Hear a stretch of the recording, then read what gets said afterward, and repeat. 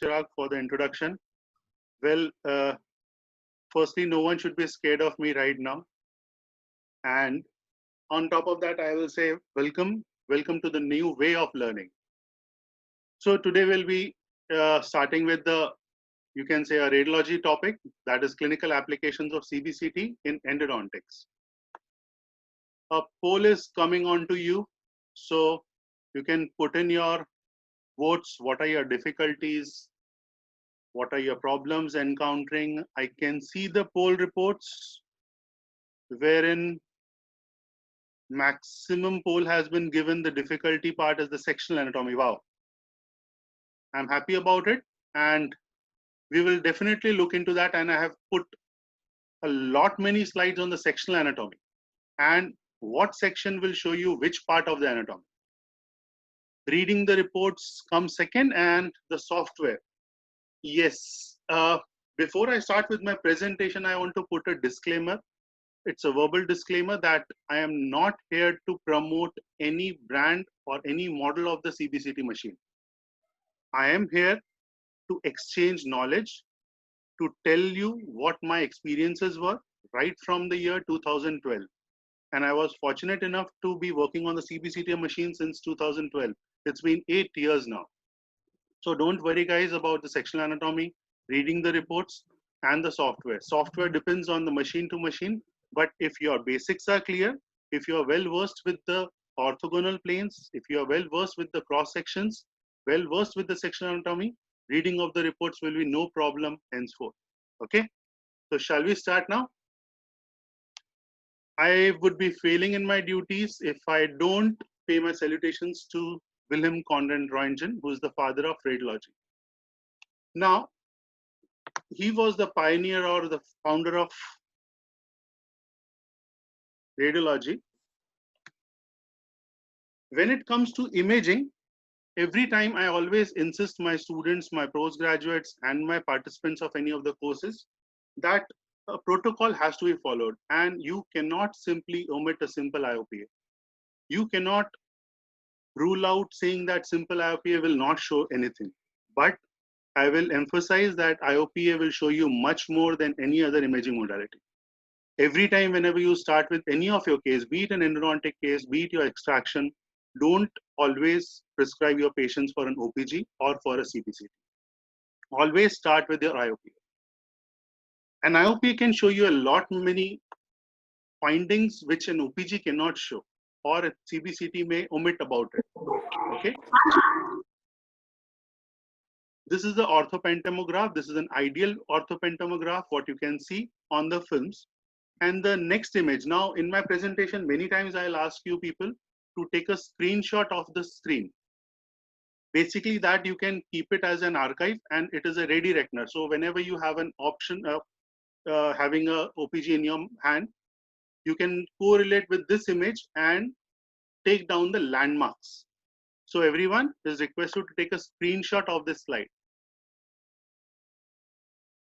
Just identify the landmark on the image and the key given below it, so that you will be able to identify the landmark from the OPG. There are 30 landmarks marked in this slide, okay, which will be very helpful for your clinical practice as well as for your academics. Now, when you have to compare your conventional IOPA, digital intraoral radiography, and your OPG, we have 4 criteria to compare them.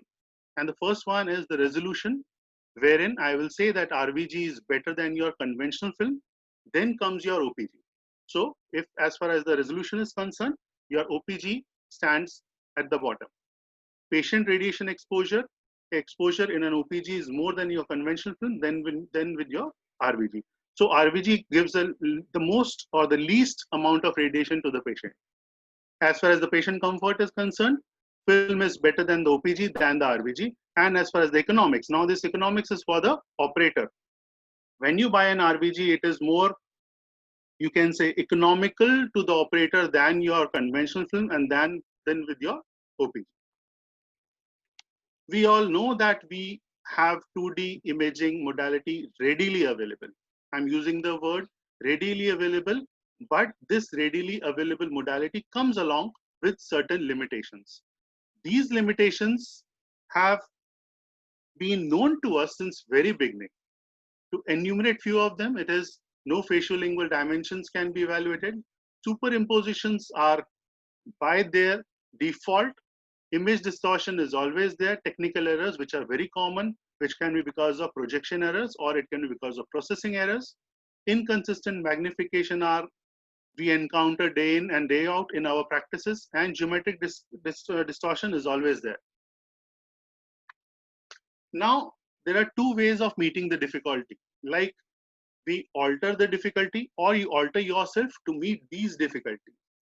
This is one of my favorite pictures to explain and start the topic. Now, if a person is standing at a place where my arrow is or the cursor is, if I ask the person what this object looks like, the person will say that he can see a circular object which is blue in color. A person standing here will see this image and say that he can see an orange square. Am I clear? Now, a person who is standing here is the one who is seeing the truth. Getting me? So this person is going to say that it is a three-dimensional cylinder, wherein this side it is colored with blue and this side is an orange color. So this is what we are going to demystifying today. Now the presentation what I am carrying on today will be divided into two parts, which will be the part 1 and part 2. Now when I talk about part 1, we'll be talking about the few fundamental concepts of this topic, which is cone beam computed tomography, and it will include the FOV, field of view. This is very, very important as far as your resolution is concerned, as well as your prescription is concerned. Then comes the CBCT prescription. This is one of my favorite topics because being a radiologist and being reporting for a lot many centers all across India, this is the most difficult part what I encounter. The CBCT prescription, which is never provided to the radiologist. Then comes the understanding of the orthogonal planes and the sectional anatomy. After this part 1, we'll have few minutes of Q&A, and then we'll proceed on to part 2, which is clinical applications and expected the unexpected. This is one of the topics which I have recently incorporated into my presentation for this presentation because we intend to see something and we come out with something else. So this is one of the very interesting topics of the presentation, and take home points, which is very, very important, where what you have to understand thoroughly from this presentation. I will not say that I am delivering a lecture. I will again say I am exchanging knowledge. Okay. With this, I would like to start with the part 1 of the presentation. Is it being cruel to show this picture at 11 o'clock? I am very sorry, sincere apologies. But this is to start with the topic of field of view or the FOV. Now, whenever we have to order pizza from Domino's or Pizza Hut or whatever and wherever, we order depending upon our appetite, depending on the people who are going to share the pizza. Now, depending on your requirements, your appetite, and the number of people sharing your pizza, you order the pizza from the delivery shop. So, your CBCT machine also comes with the varied number of FOVs. FOVs are field of view. Now, field of view is very, very important as far as the prescription is concerned and the resolution is concerned. Now, the smaller the FOV, higher the resolution. Remember this point every time before you pen down for the prescription to refer your patient to any of the CBCT centers. Irrespective of any model, any make, all the machines come along with various FOVs. The representatives from the imaging centers don't disclose the FOVs available. They want you to prescribe for the full volumes of the CBCT, which is not justified for the cost concerns and the radiation exposures to the patient. Generally, if I tell you in any of the makes of the CBCT machines, these FOVs are available, which are 4x4, which will take along around 1 to 4 teeth of the same jaw or the quadrant. Then 5x8, 1 to 4 teeth of both the jaws, but of the same side. For an example, 2, 5 and 3, 6 can be seen in the same scan. I repeat, 2.5 and 3.5 can be seen in the same scan. That means part of your maxilla and mandible of the same side can be seen in the same scan. Then comes your 10/5, which will give you one jaw, either maxilla or mandible, completely in a single scan. 10/8, which is both maxilla and mandible together can be seen. And then comes full volume, which incorporates your complete skull. So if you see this picture and the C image, if you see the cursor, you can see that the one part of the mandible, that is the left mandibular body region, can be seen, and accordingly you can see 3 to 5 teeth in this scan. Then comes your 10/5. It means your complete mandible can be seen as seen in the image number D, which can see all the teeth right from 3/8 to 4/8. Okay. Then comes your 10/8, wherein the maxilla and mandible both can be seen in the same scan. And then your full volumes, it depends on machine to machine, which will take your orbits up to the complete of mandible. This is very, very important when you have to prescribe for the scan or the region of interest depending on the patient. Now, when I say FOV is directly proportional or it has a significance or a relation with the resolution, smaller the FOV, higher will be the resolution. I repeat, if you see this first image and compare, it is just 4/4 FOV or small volume CBCT of the TM joint. How precisely you can see the architecture of the bone. And as you go on to the larger volume, what you are finding is the hazy outlines of your condyle and the TM joint. Because here the FOV was smaller, but here the FOV kept on increasing. And this is the medical CT or the MD-CT. Here the resolution keeps on decreasing still more. So what my say here is, whenever you have a smaller area of interest to be scanned, be it for a endodontic purpose or a single tooth with the perioapical pathology or for a single tooth which is impacted, you should always select or prescribe for the smallest available FOV for that machine. Okay, so smaller the FOV, higher will be the resolution. Then comes the CBCT prescription. I have been reporting for a few centers, imaging centers. There the referring doctors directly write down CBCT scan of the mandible. Now, there in this imaging center, the technician takes the scan and hands over the prescription by the doctor, which just says CBCT scan of the mandible. Now, how many teeth are to be evaluated? What is the region of interest? Is it an impacted tooth? Is it a tooth which is undergoing an endodontic treatment? Or is it an evaluation of a perioapical pathology? That remains a big question to me. So here I want you all to be very, very precise in writing down your prescription before you refer the patient for a CBCT scan. These things are very important, which you need to mention in your prescription, which is the clinical notes or the clinical findings. I, as a radiologist, never happen to see the patient when he or she comes to the report to the CBCT center.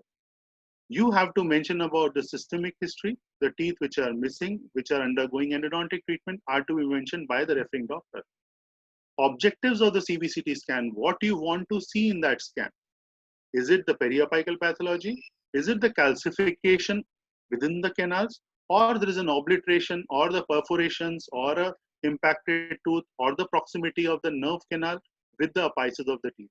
These things are to be mentioned by the referring doctor before sending the patient for the scan.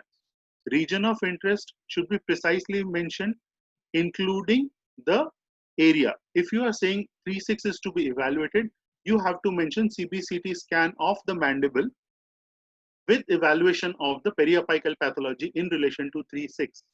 Yes, it is important. Then you should mention about the FOV. Depending on the clinical notes, the reporting will be much more precise and you will find it lesser difficulty in understanding the reports sent to you by any radiologist from any CBCT centers. Now the next 4 points which you should mention and you should remember, while prescribing for the CBCT scan whenever it is an scanning done for implantology. History of extraction. Here I don't intend to mention about, I'm not expecting you to mention about how long back the extraction was done. But it is also important that you need to mention how the extraction was done if you have a history. If you have done the extraction, please do mention about how long the extraction procedure took in the way that it was a traumatic or atraumatic extraction.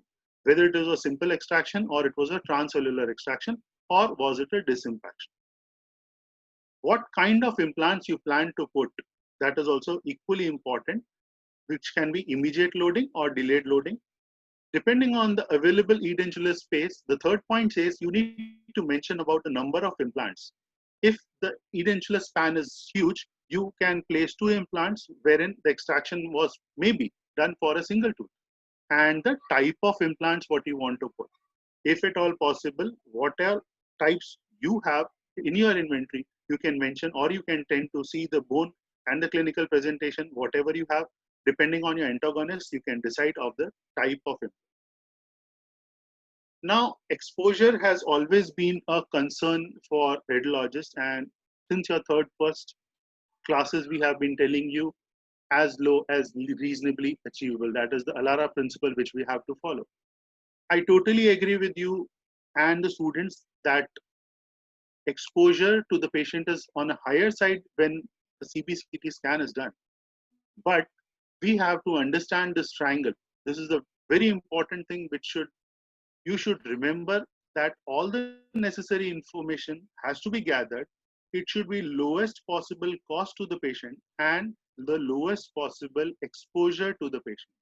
So the amount of radiation used in CBCT examination is small and the benefits outweigh the risk of the harm. What this means, that I totally agree, the exposure is done to the patient. Comparatively, it is on the higher side as compared to your OPG, but it outweighs the information that we get, the findings what we get that are going to change your treatment plan and that will change the outcome of your treatment. So you need to understand that exposure, yes, it is done, but at the benefit of the patient and the clinician. Yes, so the poles, which said understanding of the orthogonal planes. This is the fundamental plane of reading any three-dimensional anatomy of the human body. Orthogonal planes remain the same. They remain the same for any 3D imaging modality, be it CBCT, be it MRI, or a computed tomography. I will tell you all, if you have thorough understanding of the concept of orthogonal planes, you can read your CBCT scans yourself and you will be able to interpret and understand the report sent to you by the imaging center. So to start with, all these images are very, very clear. You can take screenshots whenever it is required by you. But I want this topic to be thoroughly understood by you people. Orthogonal planes. What are these orthogonal planes? These are basically 3 planes, which are the fundamental planes, which include the sagittal plane. Why? Because if in the midline, it passes through the mid-sagittal suture. If you see the pink line or the pink plane, which is passing anteroposteriorly, passing from the midline of the body. Now, this plane passes through the mid-sagittal suture. Please remember, mid-sagittal suture anteroposteriorly, and if this plane is moved onto the right side or to the left side, it is going to shift mediolaterally or lateromedially. So mid-sagittal plane or the sagittal plane passes through the mid-sagittal suture and moves from right to left. Then comes your coronal plane. This plane passes through the coronal suture at one point and it moves anteroposteriorly. When I say anteroposteriorly, it means that you are moving this plane from the tip of your nose to the occiput or to the back of your skull, anteroposteriorly. Third one is the axial plane, which is a plane which moves supero-inferiorly. I'm using the word supero-inferiorly. That means you can move the plane from top to bottom, from the floor of the orbit right to the inferior border of the mandible. That is how your axial plane moves. Now I will show you the next slide, which will make it still more clear. If you see, the first one is the axial plane. This is the section what you will see on the axial plane. Then is the coronal plane. This is how a slice of coronal section will be taken from the skull. And the third one is the sagittal section or the sagittal plane. This section is passing right from the midline. Now, look at this. An axial section will show you an image like this, wherein anteroposteriorly a slice is taken from the skull. When I talk about the coronal section or the coronal plane, this is the image what you are going to see.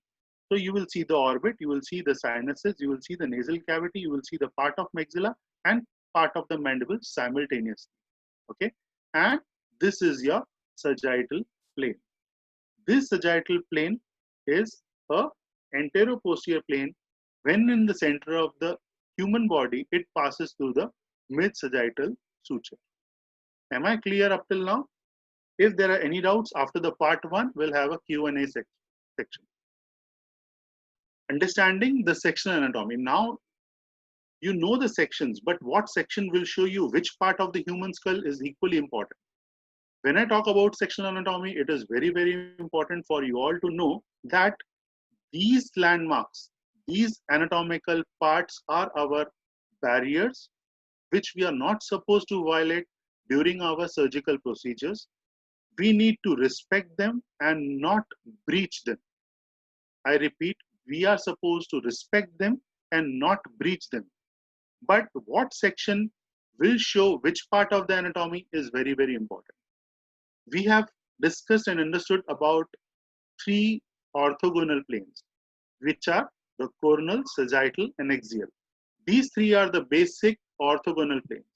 They are not going to change for any 3D imaging modality, be it your CT scan, be it your MRI or your CBCT. One section I will mention in the later part of the presentation, that is the cross section.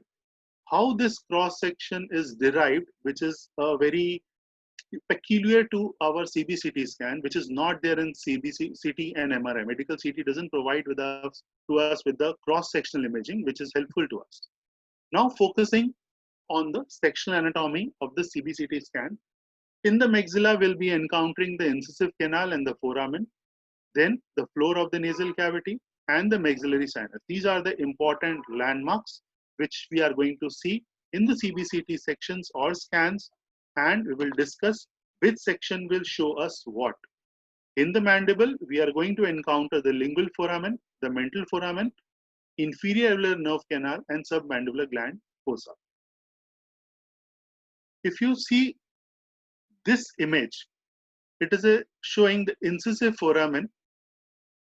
Now, if I say that this is the axial section taken at the level of the CEJ of the teeth of the maxilla, this is going to show you a hypodense area on the palatal aspect at the level of the CEJ of the maxillary teeth.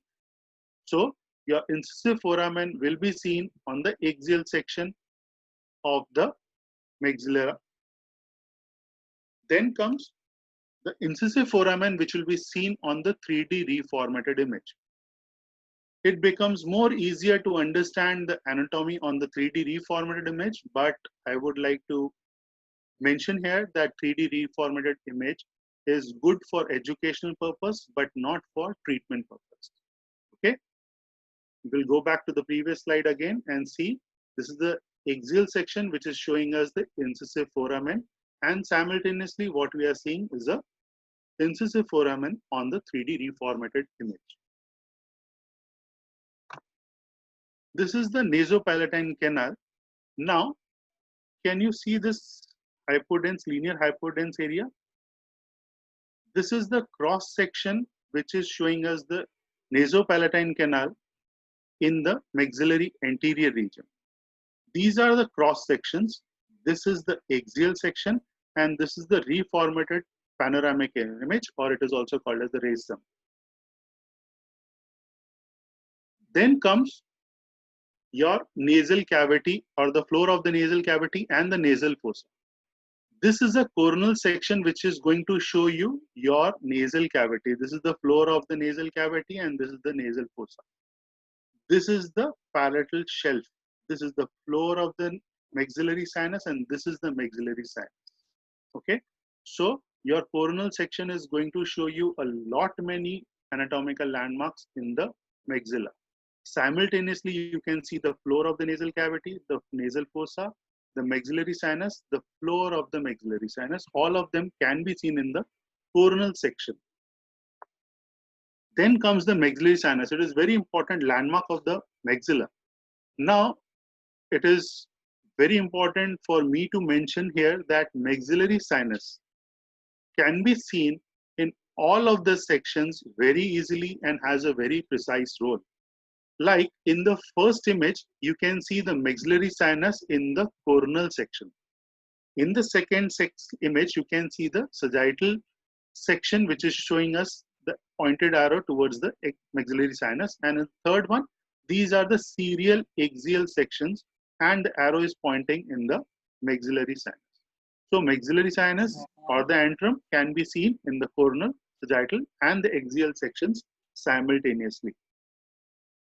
Coming on to the mandible, sagittal section showing us the inferior alveolar nerve canal. This precisely delineated inferior alveolar nerve canal cannot be seen on an IOPA or an OTG. So the sagittal section, you can take a slightly higher thickness of the sagittal section, and which will show us the inferior nerve canal very, very precisely.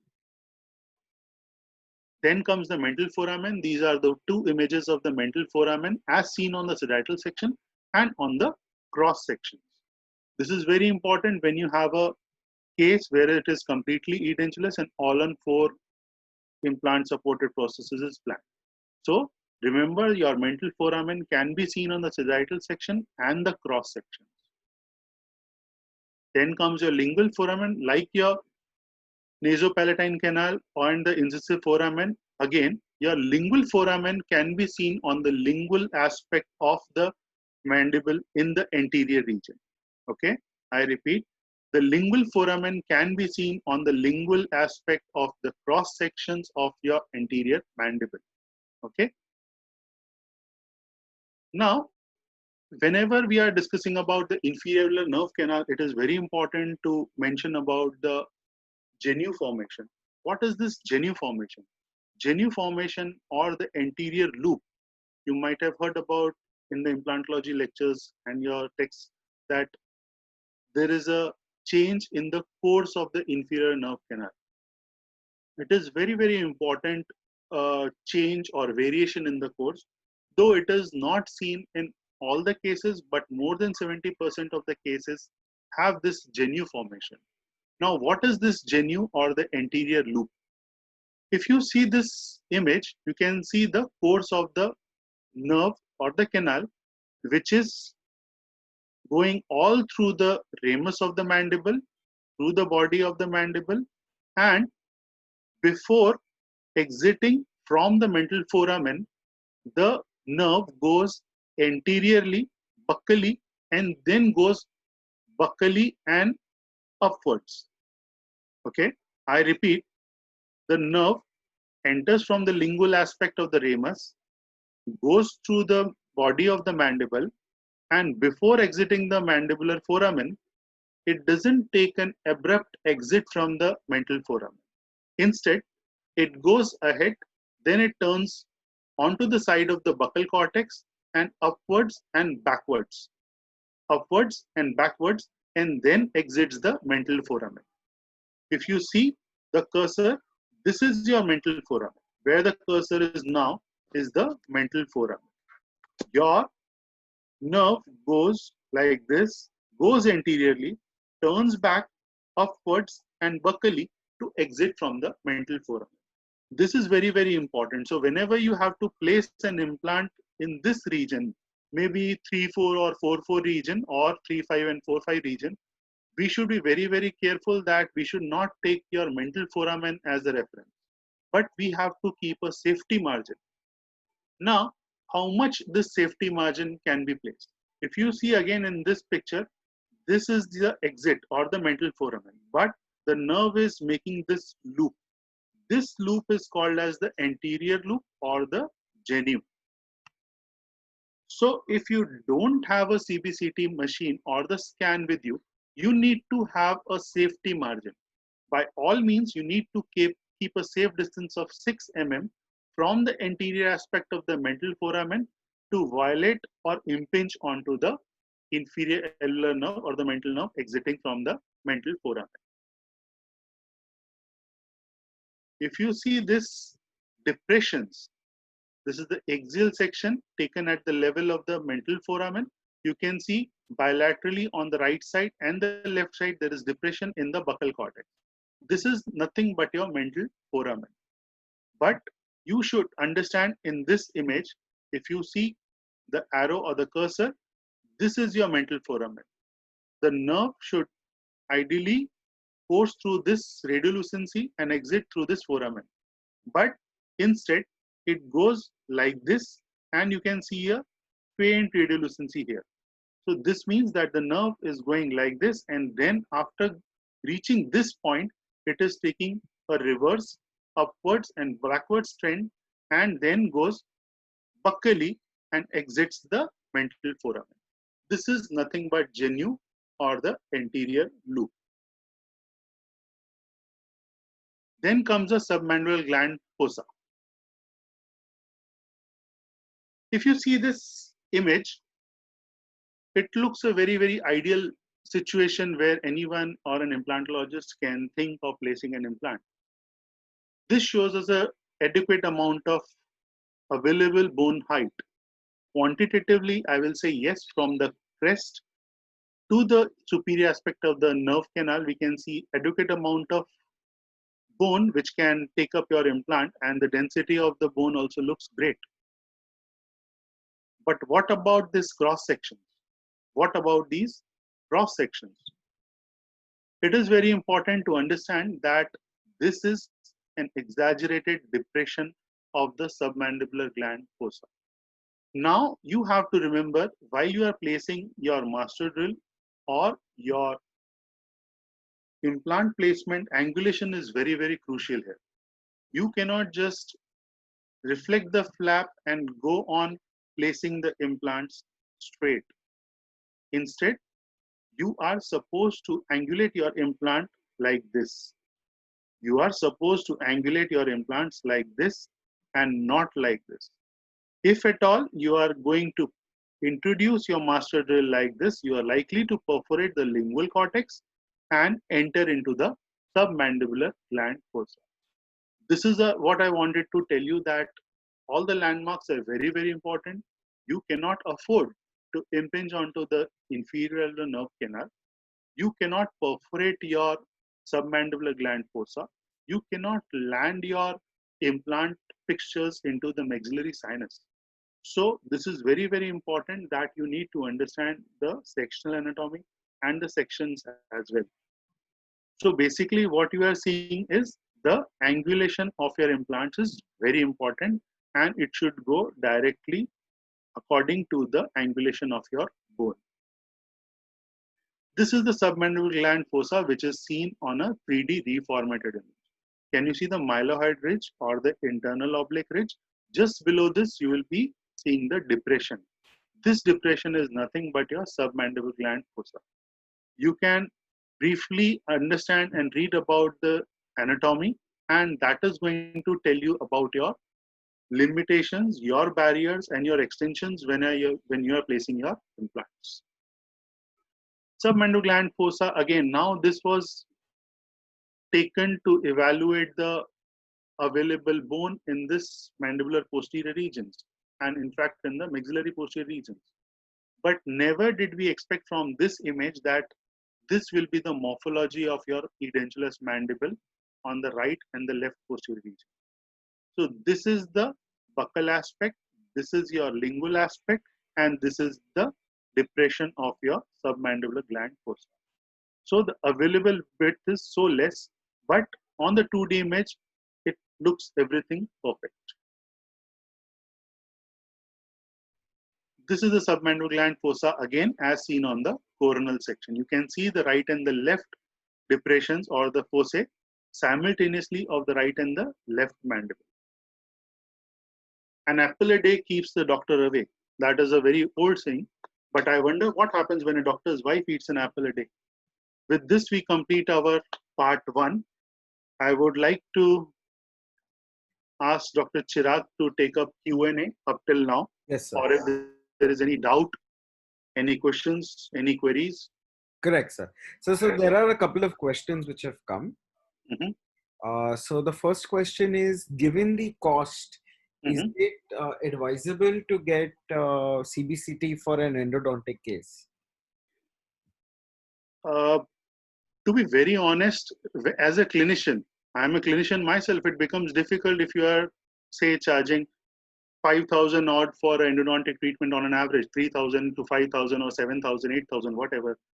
But when you are getting stuck, okay, when you are getting stuck, wherein there is a weeping canal or at all, there is a perforation which you are suspecting, or if there is a calcified canals, you are not able to identify the angulation of the canal, definite yes. I will say endodontics is, you cannot bypass if you are stuck. There is, when we will be talking about the applications of CBCT in clinical practice, I will be presenting my personal clinical case wherein I could not identify a canal in 2D imaging, but after the CBCT scan, I found one more canal in maxillary premolar. Correct. So the cost is definite, yes, which is there to the patient, but then again, you have to weigh what information you are gathering. Okay. So then there was another question that given as the area increases in the FOV, there is more exposure. But what is the, like, if you would get a smaller FOV done for the area of chief complaint itself, and then if we are anticipating future treatment, so the patient may also question, right, that why am I going for multiple CBCTs? So what is your take on that, sir? Now, I will take this or explain this with an example. Suppose in your case, there is a endodontic treatment which is going on in tooth number 3-6. Correct. And on clinical evaluation, you also see that 4-8 is also impacted. Right, sir. Okay, 3-6 going in for an endodontic treatment and 4-8 is also impacted. In this case, instead of going for a small FOV 3-6 scan for an endodontic purpose, I will recommend go for an entire mandible scan, which will include your 3-6 for endodontic purpose and 4-8 in future treatment, wherein you will be requiring that 4-8 to check for the proximity with the inferior alveolar nerve canal. Okay. So 4-8 and 3-6 should be ideally incorporated into the same scan. Okay, so in that case, a 10/5 should be a 10/5 is the perfect FOV. Okay. Yes. So how can CBCT sections be done if 0.5 mm cut are required for 3D models? To be very honest, 3D model, whenever you want to print, it is always advisable to send the complete DICOM file to the 3D printer. Correct. Let them take a call, because the smaller the section or the thickness, more will be the clarity of your, or more with the precision of your 3D models. Okay. Preferably, whenever you are going for the 3D printing, your slice thickness should be bare minimum. More the thickness, more crude will be your 3D printed models. Right. And the 3D models also which are there, I think they are of 0.25 mm. 0.25, that's what. Let the printer, the technician with the printer decide. Okay. And send him across the STL format so that he himself can think and choose the bare minimum available. Okay. If at all it is a smallest FOV, which is going to give you a higher resolution, that is always preferred. Okay. Sir, there was another question as to what is the magnification error in CBCT? Magnification error, I will say it is close to zero. Okay. Why I'm saying close to zero? Because there is always a likelihood that the patient can move. Okay. So it is close to zero. And it is the reading part of it, on part of the radiologist, that will remove all the geometric noise also.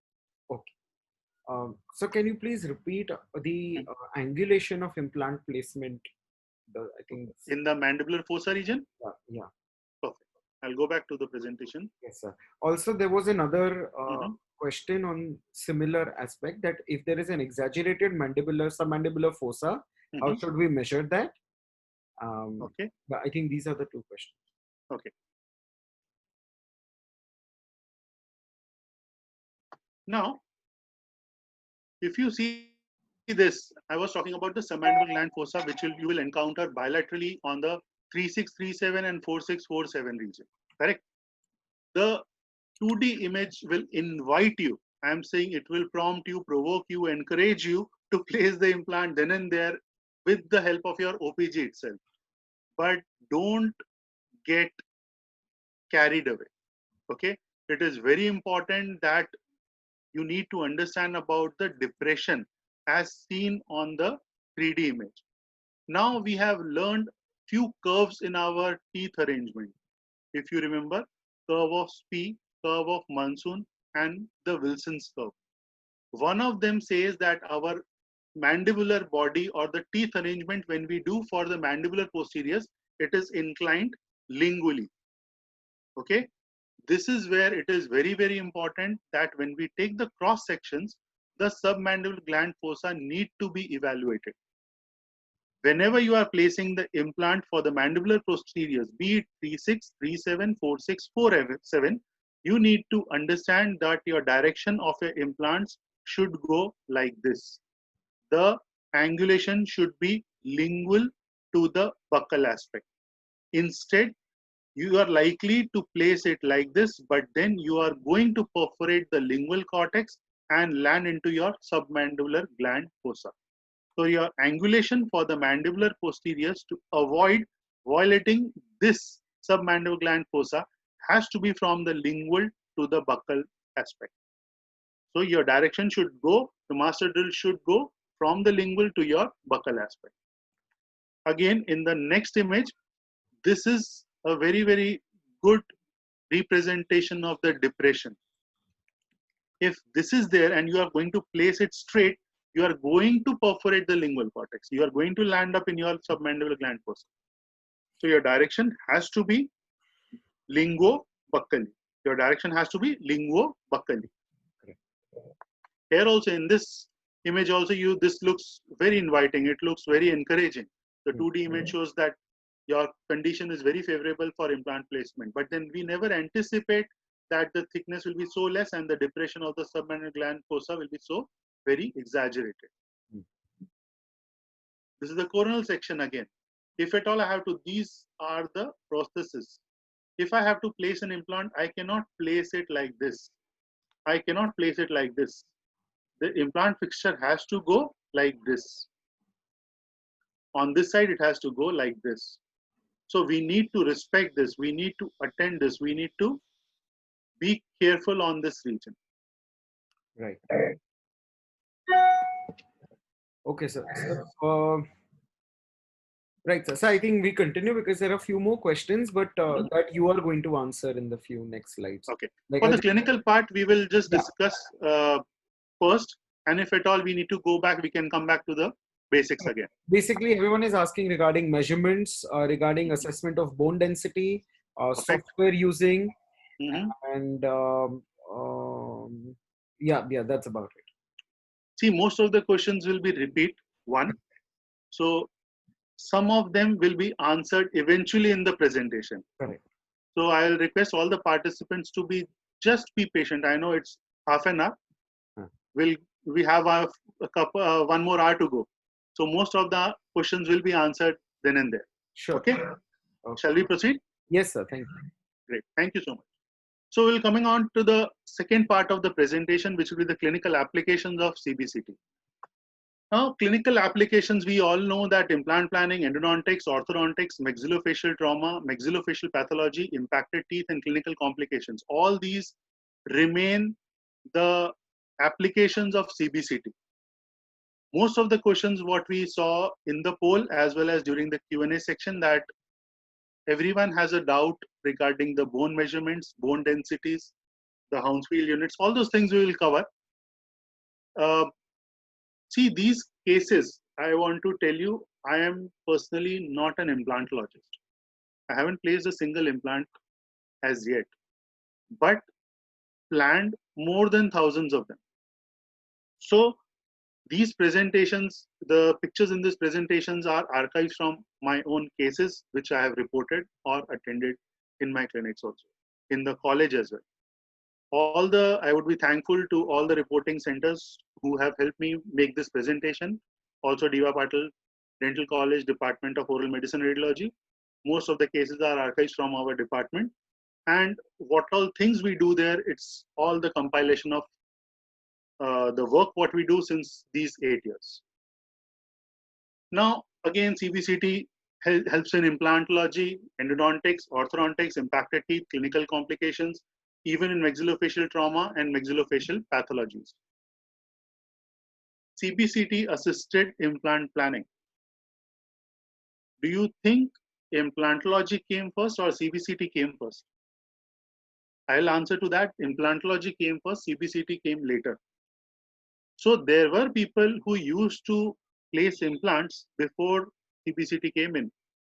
And initially, availability of CBCT was not so much, wherein every case we could take the scan first, plan for our implant placement, and then go for the surgical procedure.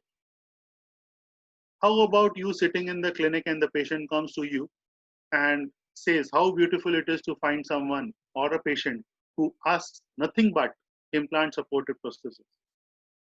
This itself gives a smile on everyone's face. Yes, implant supported prosthesis is one of the most lucrative aspects of dentistry. But then before we go into all that, I need to take a revision again.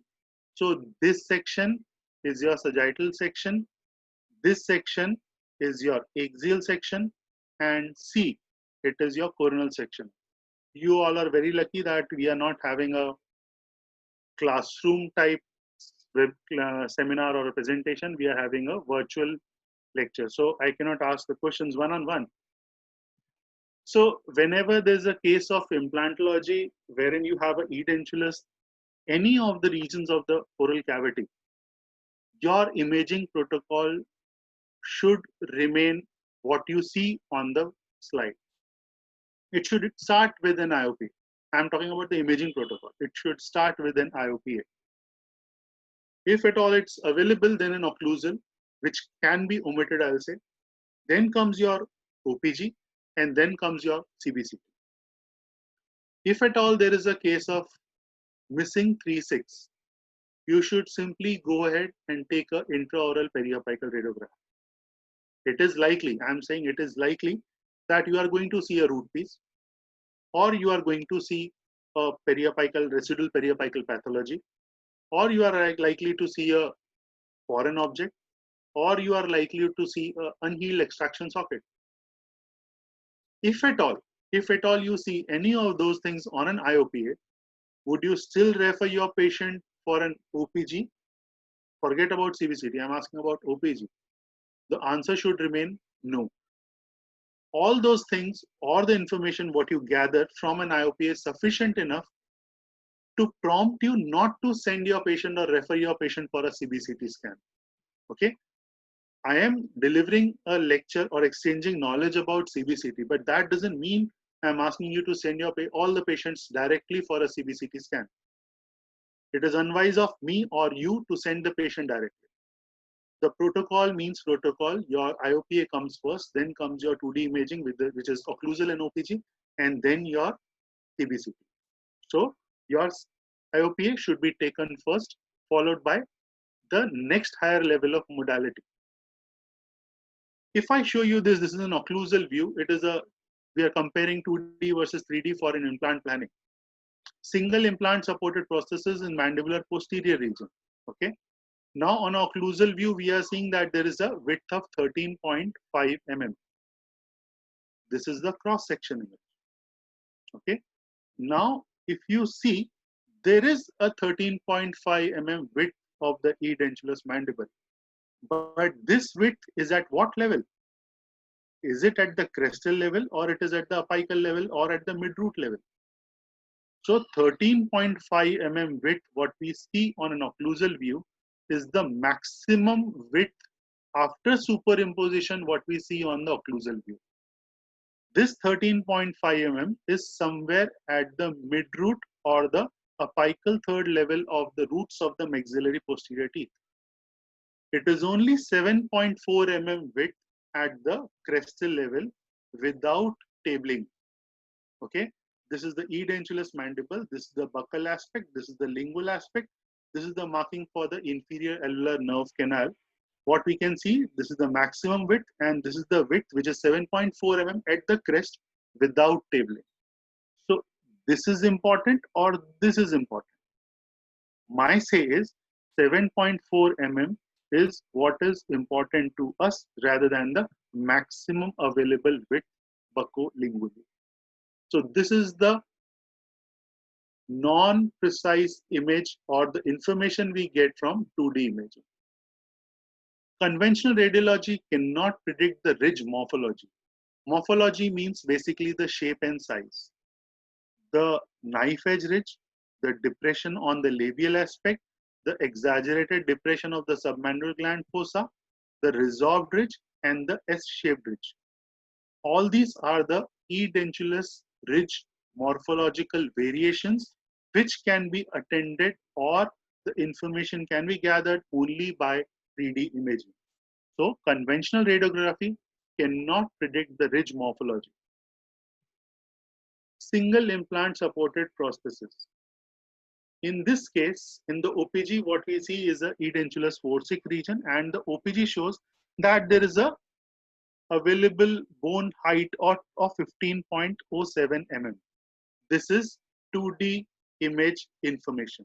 Okay, edentulous forceps region, a radiographic marker is there, and from the inferior alveolar nerve canal to the crest, we can see that 15.07 mm of the available bone height is there in forceps region. This same image is zoomed in, which is showing us 15.07 mm. This area is now showing on the cross section that at the level of the forceps region, just below the radiographic marker, the available bone height from the crest to the superior aspect of the inferior alveolar nerve canal, the available bone is 11.49 mm. So where is 15.07 and 11.49, close to 11.5? So there is a gross difference of 3.5 mm. Don't you all agree with me that 3.5 mm is a huge margin if we are supposed to select the dimensions of our implant fixture? So yes, implantology cannot go without CBCT scanning. The key factors in radiological assessment for alveolar dental implants, we have 4 criteria, 4 factors what we need to understand before we place an implant.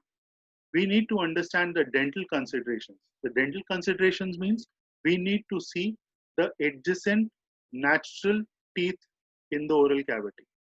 For an example, if there is a missing 3-6 tooth, we need to evaluate the condition of 3-5 as well as 3-7.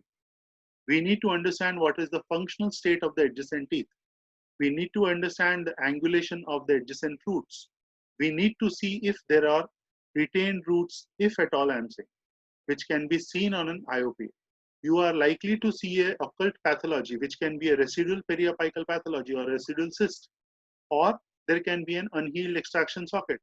All these are the dental considerations what you need to see before you place or evaluate the site for implant placement. Then comes the alveolar considerations. Here we'll be talking about the shape and the morphology. We need to understand the quantitative part of it. Alveolar considerations means the available bone height, and the width. When I talk about height, it is from the crest to the lowermost or the inferior natural anatomical barrier. When I talk about width, it is always the buccal-lingual width. In the anteriors, it will be labiolingual or labiopalatal width. So these morphological aberrations, the shape, the quantity of bone need to be evaluated before implant placement. For the people who have asked or raised the questions about the bone measurements, quality, density, Hounsfield units, this is where we are. So we will need to understand the quantity of bone. Along with the quantity of bone, we are supposed to evaluate the alveolar considerations. After that, we are going to look into the bone consideration, which is basically the qualitative analysis of the bone. When I talk about the qualitative analysis, I mean to say that we are talking or focusing on the quality of bone, how dense the bone is, how much is the thickness of the cortices, be it the labial, palatal, buccal, or lingual cortices, and the available amount of trabecular pattern. Whenever we place a implant in the bone, it is not only the cortical bone or the thickness which is important. The trabecular pattern are equally important because they are a meshwork of thin bony structures which are going to take up the masticatory stresses coming onto our processes and dissipating them laterally onto the cortical plates. So bone consideration, considering the quality of the bone, is equally important along with the quantity of bone. When we talk about bone quality, we talk about the bone density, and then we talk about the Hounsfield units. Okay, we'll talk about that Hounsfield units and the density in the forthcoming slides.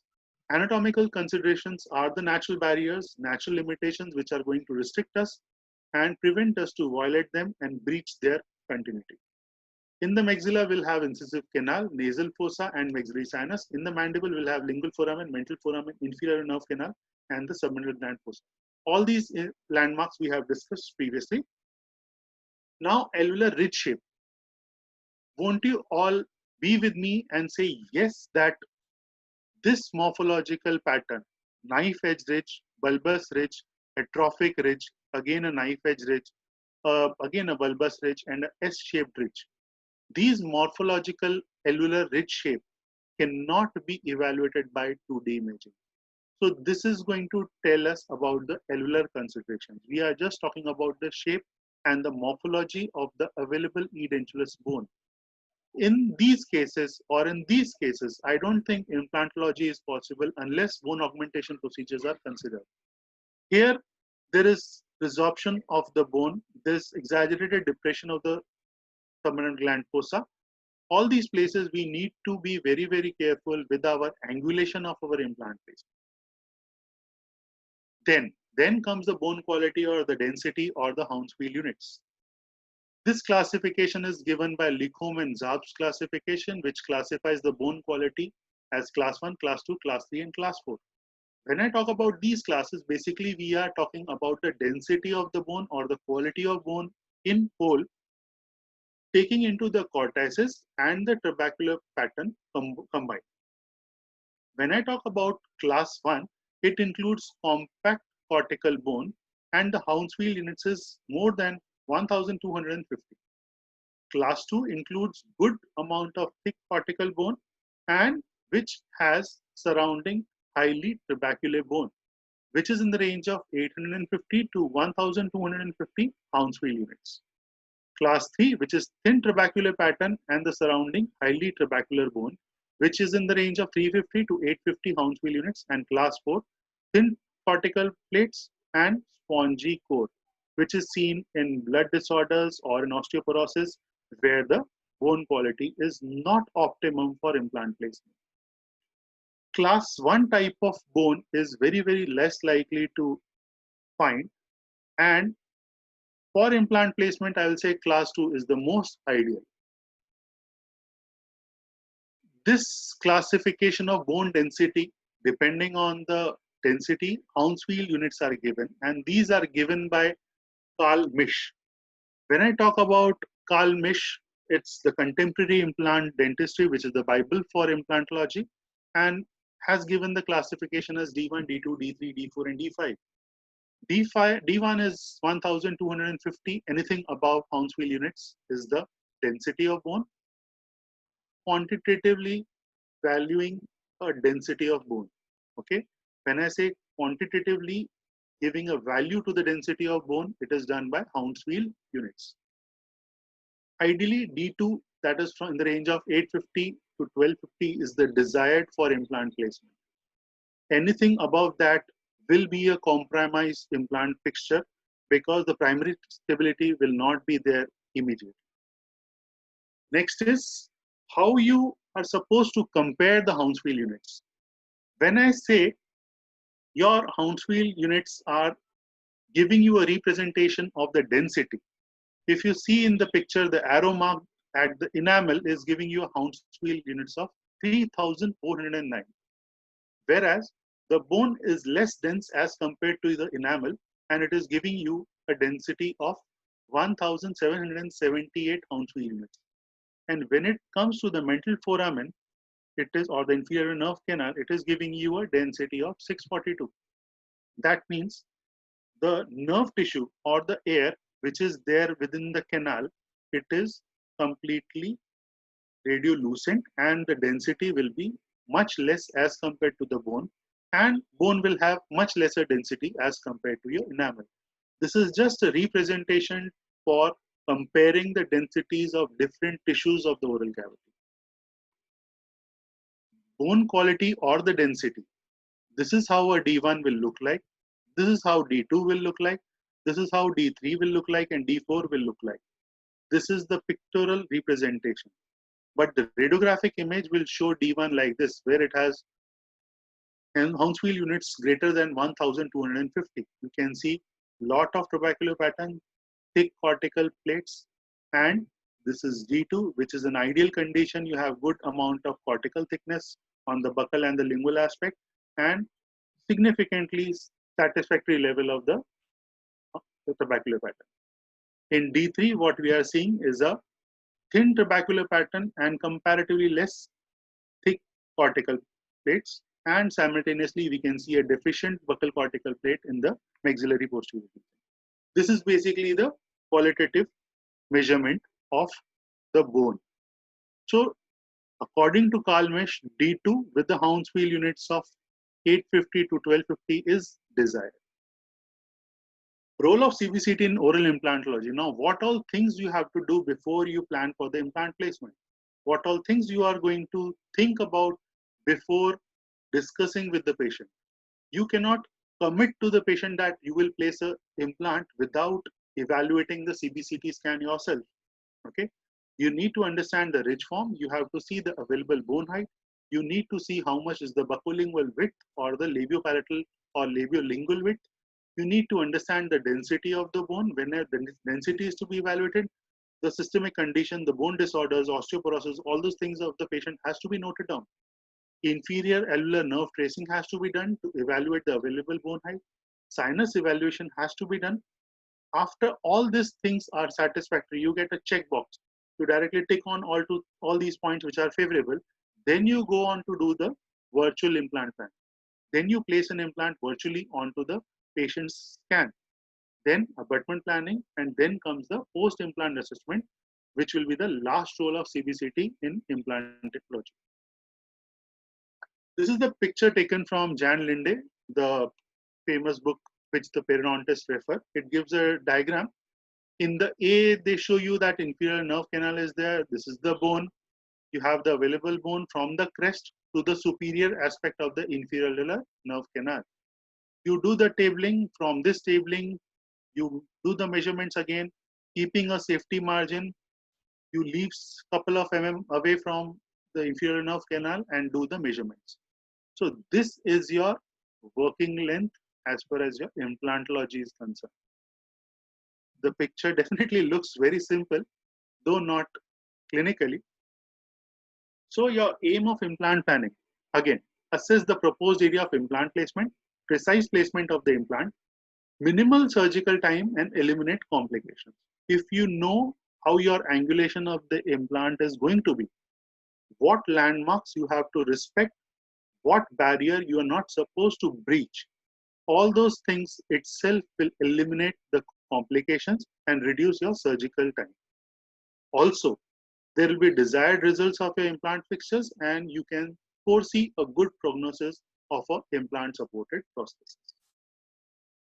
Steps of implant planning.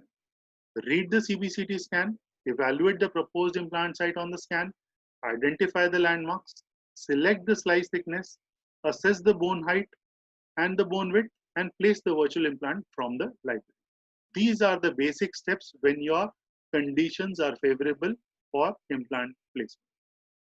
The cross sections. We have discussed about the three orthogonal planes. When we are talking about implantology, this is the fundamental section what you need to focus upon. Your cross sections are the most valuable whenever implant placement is to be done. Cross sections are nothing but slices of a loaf of bread. But when I talk or ask you about the shape of our maxilla or mandible, the shape of maxilla or mandible is never straight. It is horseshoe shaped. So basically what you are doing is you are arranging or making sections of a curved loaf of bread. If I show you this picture, this is the cross sections. Now, which are the cross sections here? These are the 9 cross sections. Please pay attention here. It is very, very important to understand this. Which section is this? Don't worry, I am going to answer. This is the axial section. Okay. Now you can zoom in on the axial section. This section is having a missing tooth number 1, 1. When I say it is missing 1, 1, that means the natural tooth on one side is 2, 1 and the natural tooth on the other side is 1, 2. Agree with me? You can see a continuous blue line. Simultaneously, you can see the dotted blue lines on one side and the dotted blue line on the other side. This means from region this to this is divided into 3 by 3 cross sections. Means 3 by 3 means 3 into 3 is 9. Means this region to this region is divided into slices or sections and represented here. Now we had a talk about the slice thickness. If you see this, can you see the cursor, everyone? It is saying 1.1 mm. This means that these slice thickness, the 9 slices, each slice has a thickness of 1.1 mm. That means this is 9.9 mm complete region. It is divided into 9 slices with each slice having a thickness of 1.1 mm. Understood? So this is the concept about cross section. We'll start with the cases. We'll start with a simple case with a single edentulous span. Then we'll go on to the multiple edentulous spaces and then the completely edentulous case as well. This is a clinical case of a patient who was a young male with a complaint of unpleasant appearance due to missing upper front tooth since 9 years due to trauma. On examination, what we saw was 1, 1, which was missing, and healed edentulous 1, 1 region. The first thing, this is the dashboard of a Carestream Kodak software, and this is the first thing what you will see. If you see, this part is highlighted. If you can follow with me on the cursor. On the screen, you can see the orthogonal slicing is highlighted. If I'm mentioning orthogonal slicing, it is going to show you 3 orthogonal planes. So these orthogonal planes has to be the axial section, the coronal section, and the sagittal section. And this one is the 3D reformatted image. Okay. The first thing when you open a Carestream Kodak software of a CBCT scan, this is what will appear. The orthogonal slicing will be highlighted and you will see 3 radiographic image and a 3D reformatted image. In the orthogonal planes, you will see the axial section. I repeat, you will see the coronal section and this one will be the sagittal section. Next, if you highlight or click onto the curved slicing, you will see the curved slicing. That means the maxilla is plotted according to the curvature of the maxillary arch. This is the cross section. It is the repetition of the previous slide, wherein from this region to this region is divided into 1, 2, 3, 4, 5, 6, 7, 8, and 9. 9 cross sections or slices which are having a slice thickness of 1.1. So we'll go back to the previous slide and again revise. This is the dashboard of the Kodak CBCT software, which will show you the orthogonal planes, axial section, the coronal section, and your sagittal section. If you highlight the curved slicing, you will see the axial section, reformatted panoramic image, the 3D reformatted image, and the 9 cross sections. This says that from this region to this region is divided into 9 slices of 1.1 mm each. This slice thickness you can change. Number of sections you can change. You can have 3 by 3, you can have 5 by 5, you can have 7 by 7. So now I have highlighted or zoomed in for the cross sections. These are the same 9 cross sections. We are interested in this cross section and which will be labeled. All the cross sections are labeled. If you see, it is BL. That means it is buccal. This is lingual. This can be labial or palatal or buccal and lingual. Every cross section will be labeled. So our interest is here, where the continuous blue line is. Where the continuous blue line is, that will be our 5th cross section. If you have 9 cross sections, you will have one section which will be in the center. That will be the 5th one, 4 mesial to it and 4 distal to it.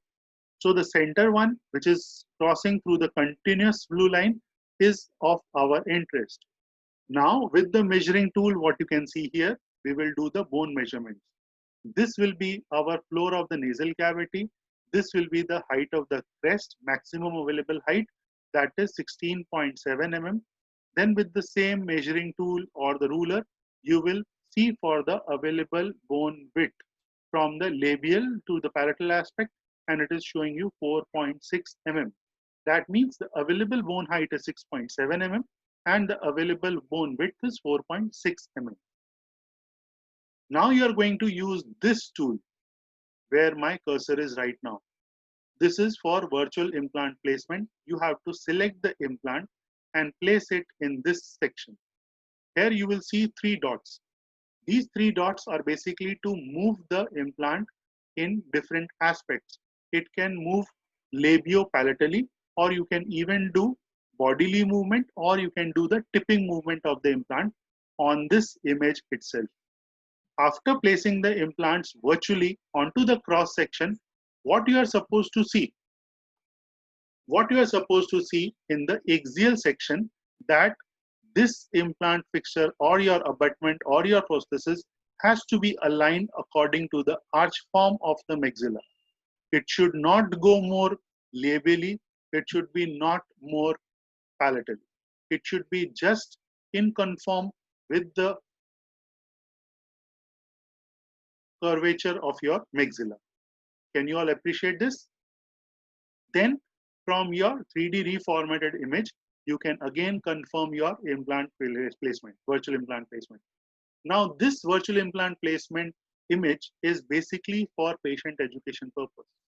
Never ever rely on the bone quality or the bone quantity for your implant placement. Just a roll of your wheel of your mouse or your keypad, it will just change.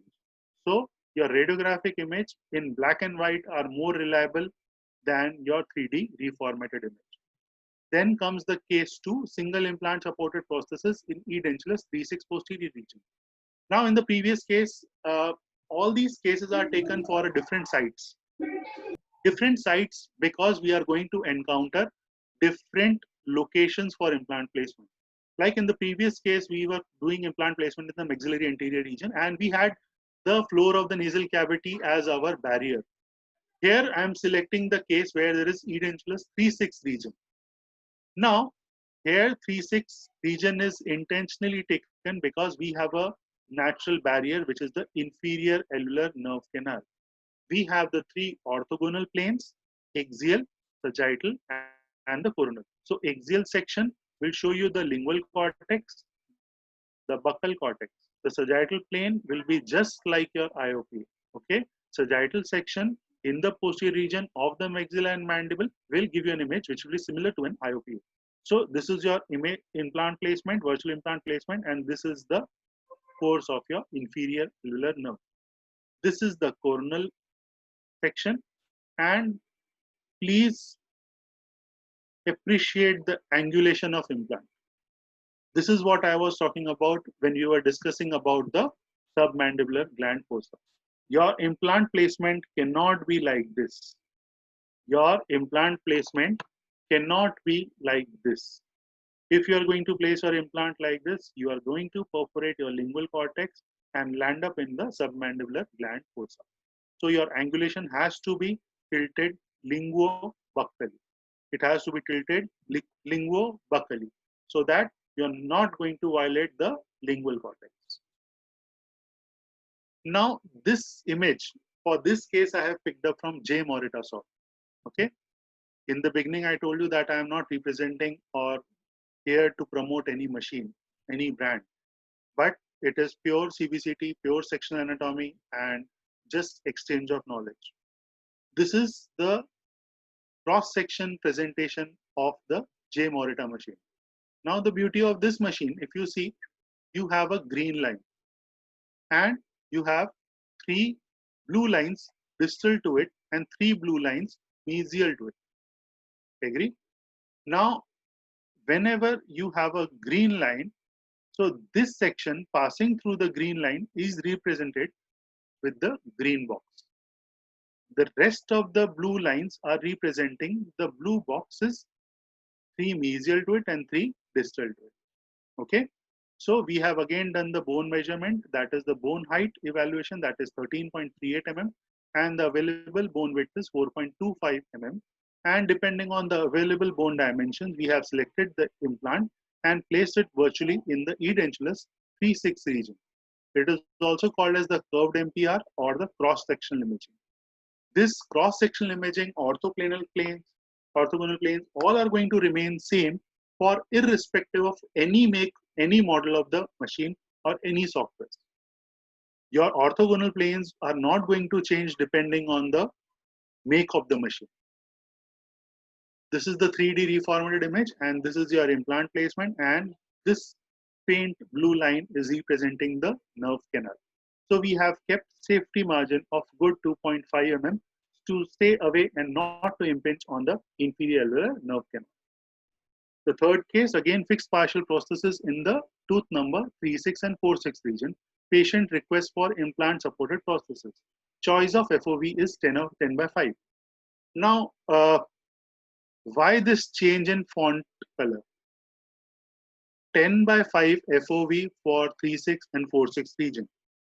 It is purely to prompt you for you all to remember that in this case where you want to evaluate 3-6 and 4-6 regions simultaneously, you should not go for two small FOV scans. You need to take one scan of FOV 10/5, which will take up your entire mandible. So this is your nerve tracing, which you have done bilaterally for the right and the left mandibles. We have done the bone measurements for 3-6 region. We have the available bone height. We give the bone width at the crestal level and at the midroot level so that after tabling, how much is left. Then you do the implant placement and then you place the implant depending on the angulation of the bone. This is for 3-6 region. Simultaneously, it is done for 4-6 region. So if you see the green line, which is representing this green box cross section, three blue boxes mesial to it and three cross sections distal to it. Now, can anyone tell me why this is mesial and why this is distal? I cannot see yes, or I cannot see or see you answering. But here it is very important for you all to pay attention to the landmarks. Can you see this thing? Can you see the breach in the continuity of the buccal cortex or the break in the continuity of the buccal cortex? This is mesial. Why? Because this is the mental foramen. So mental foramen has to be mesial to your 4-6 region. Okay.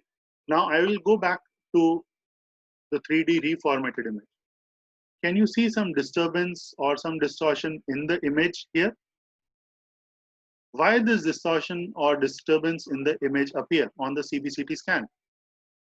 It is purely because of impure prosthesis or the metals used for fixed partial dentures. Nickel, chrome, cobalt alloys gives a lot of beam hardening artifacts. These are the limitations of the CBCT scan. Because of the presence of some metal objects, lot of artifacts appear on the scan. It is called as beam hardening artifacts. In ideal circumstances, whenever you are referring the patient, you should remove the prosthesis and then subject the patient for the scan. If you have an endodontic procedure which is to be done or a re-endo is to be done, preferably the old gutta-percha points have to be removed and then sent for the scans. Preferably. If at all it is not possible, anticipate this amount of disturbance or beam hardening artifact, which is an inherent limitation of the CBCT scan. This is what you are going to show your patient before you convince him for your implant supported prosthesis. This is purely, again, I repeat, it is purely for education purpose, for communication purpose. It is not to determine the available bone height and the weight. Next case is the fourth case, which is again a young patient, history of trauma, history of extraction of 2-1 with endodontic treatment of 2-2 and 2-3. Here in this case, first we took the OPG of the patient, and the OPG showed that tooth number 2-2 and 2-3, which were endodontically treated, which looks very satisfactory. We can see that the tooth number 2-1 region is an edentulous, and there is the edentulous alveolar bone, which looks healthy and healed post extraction. But how reliable this picture is? This is the 3D reform. What I can see here that the bone density is not very satisfactory. But again, I had explained it earlier also, we are not supposed to rely completely on the 3D reformatted image for the appearance what we see in this picture. This is the axial section and this is the coronal section. In the axial section, what we appreciate is that there is a break in the continuity of the labial cortex. This break in the continuity of the labial cortex is basically a bone defect. It is the pathology. There is a deficient labial bone in this region. So a definite bone augmentation procedures or bone grafting will be required, which you know pre-hand. Bone grafting procedures always invite additional cost to the patient, and explaining that at the time of procedure is not justified on part of the clinician. If this is noted down during the evaluation of the scan, you are anticipating that there will be a defect, there will be loss of the labial cortical plate, and bone grafting procedures will be required during the implant placement. So this can be very well anticipated, and the economics can be explained to the patient beforehand. This is the 3D reformatted image, and what you can see that there will be exposure of the threads of the implants if you are not going to plan for bone augmentation. This is one of my favorite case, which is the completely edentulous maxilla and mandible. Here what we do is we take the simple alginate impression of the maxillary and the mandibular arches, edentulous arches, and fabricate a clear acrylic template. We make a record-based kind of a thing with the clear acrylic and make few holes on the ridge, on the crest of that template. On those holes, we introduce GP points or any radio opaque material and place these templates or the record bases with the radio opaque markers and then refer the patient for the CBCT scan. The importance is this Whenever there is an open ground or if there is a edentulous space with the adjacent natural teeth present, I will be able to evaluate the bone height in the precise location. But when there are no teeth present, no landmarks or no references present, it becomes difficult for the radiologist to identify where edentulous 3-3 lies for me and where edentulous 3-3 region lies for you. So for ease of communication, this is a very helpful tool to use the radiographic guides. I have added a couple of more slides which will help you in this topic about the radiographic guide, which is basically for clear communication from the clinician point of view and to the radiologist point of view, where the clinician demands the bone dimensions. Okay, so if you see this, here is the green line and this is the green box. That means this cross section is at this level, which is showing 1/6 region. So I am able to tell the clinician that the available bone height and the available bone width in 1/6 region at the level of this radiographic marker, radio opaque marker or radiographic guide is this much. Then similarly, this is the radiographic guide for 3/6 region and the green box. That means the available bone width and the available bone height can be clearly communicated to the referring clinician about the availability of the bone in 3/6 region. If at all this radiographic guide is not there, I will mark 3/6 region here and he will anticipate here. So that discrimination about the communication should not be there, and eventually all the radiographic markers are measured, bone available in that region is marked and evaluated, and this kind of virtual implant planning is done for the patient to understand what the procedure is going to be about, how many implants will be required, how will be the duration of the procedure, and how much cost he is going to incur for the treatment. This is again for the patient's understanding point of view, for the communication point of view. This is nothing to do with the quality of the bone, that is the density of the bone or the quantity of bone.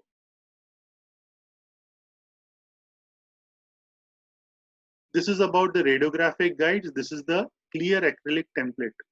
We have taken the impression, made the clear acrylic template and made perforations in that clear acrylic template in 3-3 and 4-3 region and placing radio opaque material into those holes. So this becomes my 4-3 region and this becomes my 3-3 region. And I can precisely give the bone dimensions in the 3-3 region and in the 4-3 region to the referring clinician. I have been talking a lot about CBCT for implant purpose, but again, coming back, post-implant assessment is equally important. We need to evaluate or assess the osseointegration post-implant placement also. We have to understand and evaluate peri-implant bone loss maybe after 6 months of occlusal load or the masticatory stresses. We need to evaluate the fracture of implant sometime. Violation of the anatomic barriers can always be a complication post implant placement. All these are very, very important. And I told you that we have compiled this presentation with our experience. So it is not, the pictures or the cases are not taken from textbooks or internet. If you see that most of the complications you can identify on an IOPA, you can identify it on a radiograph like OPG. This particular slide, everyone, I request you to take a screenshot, because these are the fine observations, findings, what you can see on the IOPA itself, and anticipate that osseointegration is not happening. You are anticipating some kind of failure in the implant. So corrective measures can be taken right on time before you refer the patient for the CBCT scan. So what an IOPA or OPG can show you? A thin radiolucent line around the implants. It is a sign of failure of the implant to osseointegrate. Crystal bone loss around the coronal portion of the implant. That means there is osteitis. That is poor plaque control or the overloading of the implant. That means the masticatory forces are being overloaded onto the implant fixture. Dissipation of the stresses is not uniform. If you see that there is apical migration of bone only on one side of the implant fixture, anticipate and think that there is non-axial loading. What this non-axial loading means? That means the direction of the masticatory stresses is not along the vertical axis of the implant. It is not dissipated along the vertical axis of the implant. Means your implant is placed in one direction and the forces of mastication by the antagonist tooth is coming from at a different direction. There you are likely to see apical migration of the bone on one side. Widening of the pedial space of the linear ears, natural abutment tooth. That means the stresses are not coming uniformly onto the implant. Adjacent teeth are being overloaded and are likely to show pedial space widening on an IOPA. Fracture of the implant is again a reason of poor stress distribution. All of these things you can see it on the radiograph or an IOPA. Now these findings can always be seen on an IOPA. If you feel that the corrective measures can be done, you can start then and there. If required, then and after that only you can refer the patient for scanning.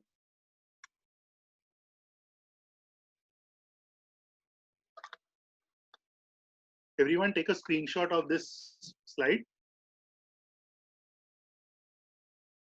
Peri-implantitis is a very common cause of failure of your implant fixtures. I will show you this case wherein patient came to us before the implant was placed, how we intended or advised the referring clinician to place the implants, how did he place, and what was the outcome of this case. This is the 3D reformatted image of a 3-6 region. 3-5 and 3-6 were missing. Nice, healthy, healed, edentulous region. Good amount of bone what we can see on the sagittal section, and the width we can assess on the axial section. We did the implant planning with safety margin keeping well away from the inferior nerve canal. And these are the angulation of implants what I proposed in, keeping parallelism in mind and sufficient and adequate optimum distance between the two fixtures. After 6 months, the same patient is sent back for an OPG. And what I can see is a faint radiolucent line along the periphery of the implants. After seeing this radiograph, we give a call back to the clinician and ask them that we need to take a scan of this patient, and this is what it revealed. Okay, this is the sagittal section of that patient after the implant was placed 6 months back. This is the angulation of the implant which was placed. That means there was definite non-axial loading of the masticatory stresses. This was in 3-5 region. So thinking before acting is wisdom, but acting before thinking is regret. This is a very good saying as far as implantology and CBCT assisted implantology is concerned. So for mantra for successful implant dentistry is scan, plan, and then perform. Many times it so happens that people plan, perform, and then come to scanning. Instead, it should always be scan, plan, and then perform, so that you eliminate the chances of the complications, reduce your chairside procedures, and prevent anything inevitable or prevent anything which is a complication. CBCT in endodontics, this is one of my favorite topics because, like I told you, I am not an implantologist, but endo is, yes, I can say is one of my favorites, and we work a lot when it comes to endodontics. And people will, the participants will definitely appreciate the contribution of CBCT in endodontics. How and where you need to advise for CBCT in cases of endodontics. Firstly, visualization and depth of carious lesion. When I talk about visualization and depth of carious lesion, it doesn't mean a primary carious lesion. Primary carious lesions you can see clinically and your IOPA is sufficient enough. It is basically to evaluate the secondary caries. Localization of the root canal orifices on the floor of the chamber. Assessment of the root canal morphology. which can be dilastration or morphology when it is a curvature or there is any change in the angulation of the roots. Evaluate the patency of the root canals. When I talk about patency, it means whether the canal is calcified or it is obliterated. Elucidation of the internal and external resorption. Most of the times when the canal is not favorable for obturation after multiple sittings, this is required because internal or external resorption cannot be seen very precisely on a 2D imaging. And then detection of crown or root fractures, which is very, very important, and evaluation of the periapical pathologies. So CBCT plays a very vital role in endodontics. And to start with, what to see in which section. Understood? What to see in which section. It is very important. Now you have referred your patient who is undergoing endodontic treatment. You are having some hurdles during the procedure where you are not likely to identify mesiobuccal canal or mesiolingual canal. These are the most commonest reasons. Okay.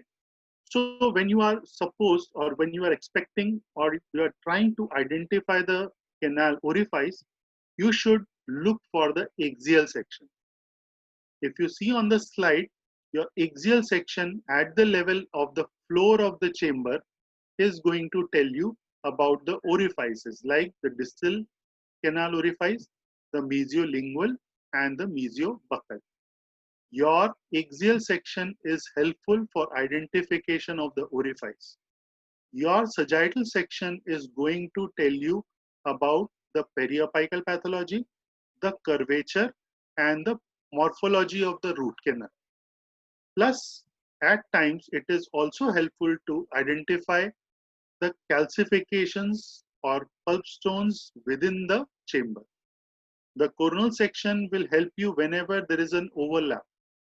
When I talk about coronal section, if you see this sagittal section, in this region, there is overlapping of the mesiobuccal and the mesiolingual canal. Now, this coronal section will help you to identify the mesiobuccal and your mesiolingual canal. So, which section is helpful in which condition, that is very, very important. And we will have a revision of this definitely at the end of the presentation. Now, importance of different sections. This was an endodontically treated tooth which was undergoing endodontic treatment, not endodontically treated, I will say. This was a weeping canal wherein the endodontist had attempted multiple number of times with triple paste or calcium hydroxide, intracanal medicaments, what all types, but it was not responding. So whenever a weeping canal is there, your axial section is not very helpful section. Coronal section in the anterior region will show you a picture like this. But remember, if you are looking for perforations, your cross sections are very important. If you see this, there is a iatrogenic perforation on the labial aspect of the root, just below the CEJ. Though this tooth is savable, but inadvertent pushing of the intracanal medicament or the irrigant in this area is not likely to heal the pathology. So your identification of a particular section to understand the pathology is very important. CBCT assisted endodontic treatment in a torodont. This case was done in our college by the postgraduates and staff of the endodontic department. This is a torodont, tooth number 26. First, a 2D image was taken and a torodont was identified with multiple number of roots which cannot be clearly identified or differentiated on the 2D imaging. And the patient was sent to us for the CBCT scan. On the serial axial sections at the floor of the chamber, we could identify that there were 5 orifices. Surprisingly, at the chamber, we could identify, differentiate 5 orifices or different canals. But were these 5 orifices leading into a canal and ending at a different foramen? Eventually, with lot of efforts, this torodont was obturated and all the 5 canals, the 5 orifices and the canals identified and obturated with the help of CBCT. In this section, you can see 4, and in the axial section, we can identify the 5th canal also, which is completely obturated. Few slides back, I had told that I myself had to rely on CBCT for endodontics. This is my personal clinical case. There is this female patient who came with a crown in tooth number 25, and what happened? There was a secondary caries below the crown. I explained the patient that she will require a root canal treatment, and I obturated the tooth. Since the time I obturated the tooth, that patient was never happy and always said that there is some kind of different feeling or different kind of pain. As a clinician, we give X, Y, Z up to number 100 to the patient that these are the reasons of pain. But to be very honest, we are very reluctant to accept our fault, especially in endodontics. We don't try to understand if at all the patient says, yes, the pain is there. That means we should accept that the pain is there. That's why the patient is reporting to you. Otherwise, why in the world the patient will say some different feeling or kind of pain is there. I was myself not convinced. I advised the patient for the CBCT scan, and this is what I see. The tooth was rotated, and to avoid going more palatally, to perforate, I didn't extend my access cavity preparation. The moment I saw this axial section, I could see that there is one buccal canal and one there is palatal canal. After this scan, if you see this white line, it is passing through the palatal canal, which is this one, completely patent. And this is the white line or the red line overlapping onto the buccal canal, which is again patent and is unattended. So these two canals after the CBCT scan were obturated and the patient was very happy. In the maxillary first molars, we always say MB1, MB2, MB3. This is what we can do with CBCT assisted endodontics. This is the mesiobuccal canal showing MB1 and 2, but MB3 as well. So there are 3 mesiobuccal canals in the mesiobuccal root. If you see, when I told you about the role of a particular section for identification of the canal, so the axial section is very important to identify the orifice or the patency of the canal in the CBCT. Whenever you are stuck with the identification, if you're not able to locate a particular orifice, completely rely on the axial section. You will see some hypodense area like this, like this, like this, like this, which are nothing but the orifices of your canals. Now a 2D image or an IOPA of tooth number 4-6 showing a periapical pathology. Every endodontist will first say that non-surgical endodontics should be done or attempted in this tooth, and most probably the pathology will heal. The CBCT revealed that that pathology is not only confined to the periapical region, but there is complete erosion of the buccal cortical plate. This is to be noted, this is to be identified, sorry, this is the lingual cortical plate. We need to understand that what picture we see on a 2D image is not completely reliable, is not completely to be thought that it can be manageable. What we assume is not the actual picture. In this case, again, a prosthesis was placed in the second quadrant, and the 3D reformatted image will not be helpful. This is the sagittal section, which is showing one linear radio opacity in one of the canals. And again, the axial section comes to our rescue. What we can see that the axial section is showing 2 hypodense dots, which are completely unattended. That means those orifices, those 2 canals, MB1 and MB2, were not attended for endodontic treatment. So my say is CBCT has no limits to play its role in endodontics. There is no limit. And definitely, as the saying says, the sky is the limit. Sky is the limit definitely for this kind of endodontic treatment, wherein this is intruding into the maxillary sinus. So take home points. for endodontics. To assess caries, axial, sagittal, and cross-sectional images are helpful. For root canal orifices, axial section is helpful. To evaluate the root canal morphology, sagittal section is helpful. For periapical pathology, sagittal and cross-sectional images are helpful. Everyone can take a screenshot of this slide.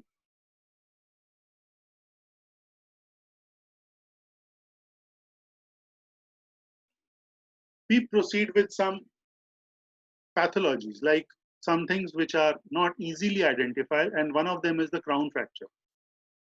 Patient complains of pain in tooth number 47, which had a restoration. Clinically, nothing was seen. It was restored.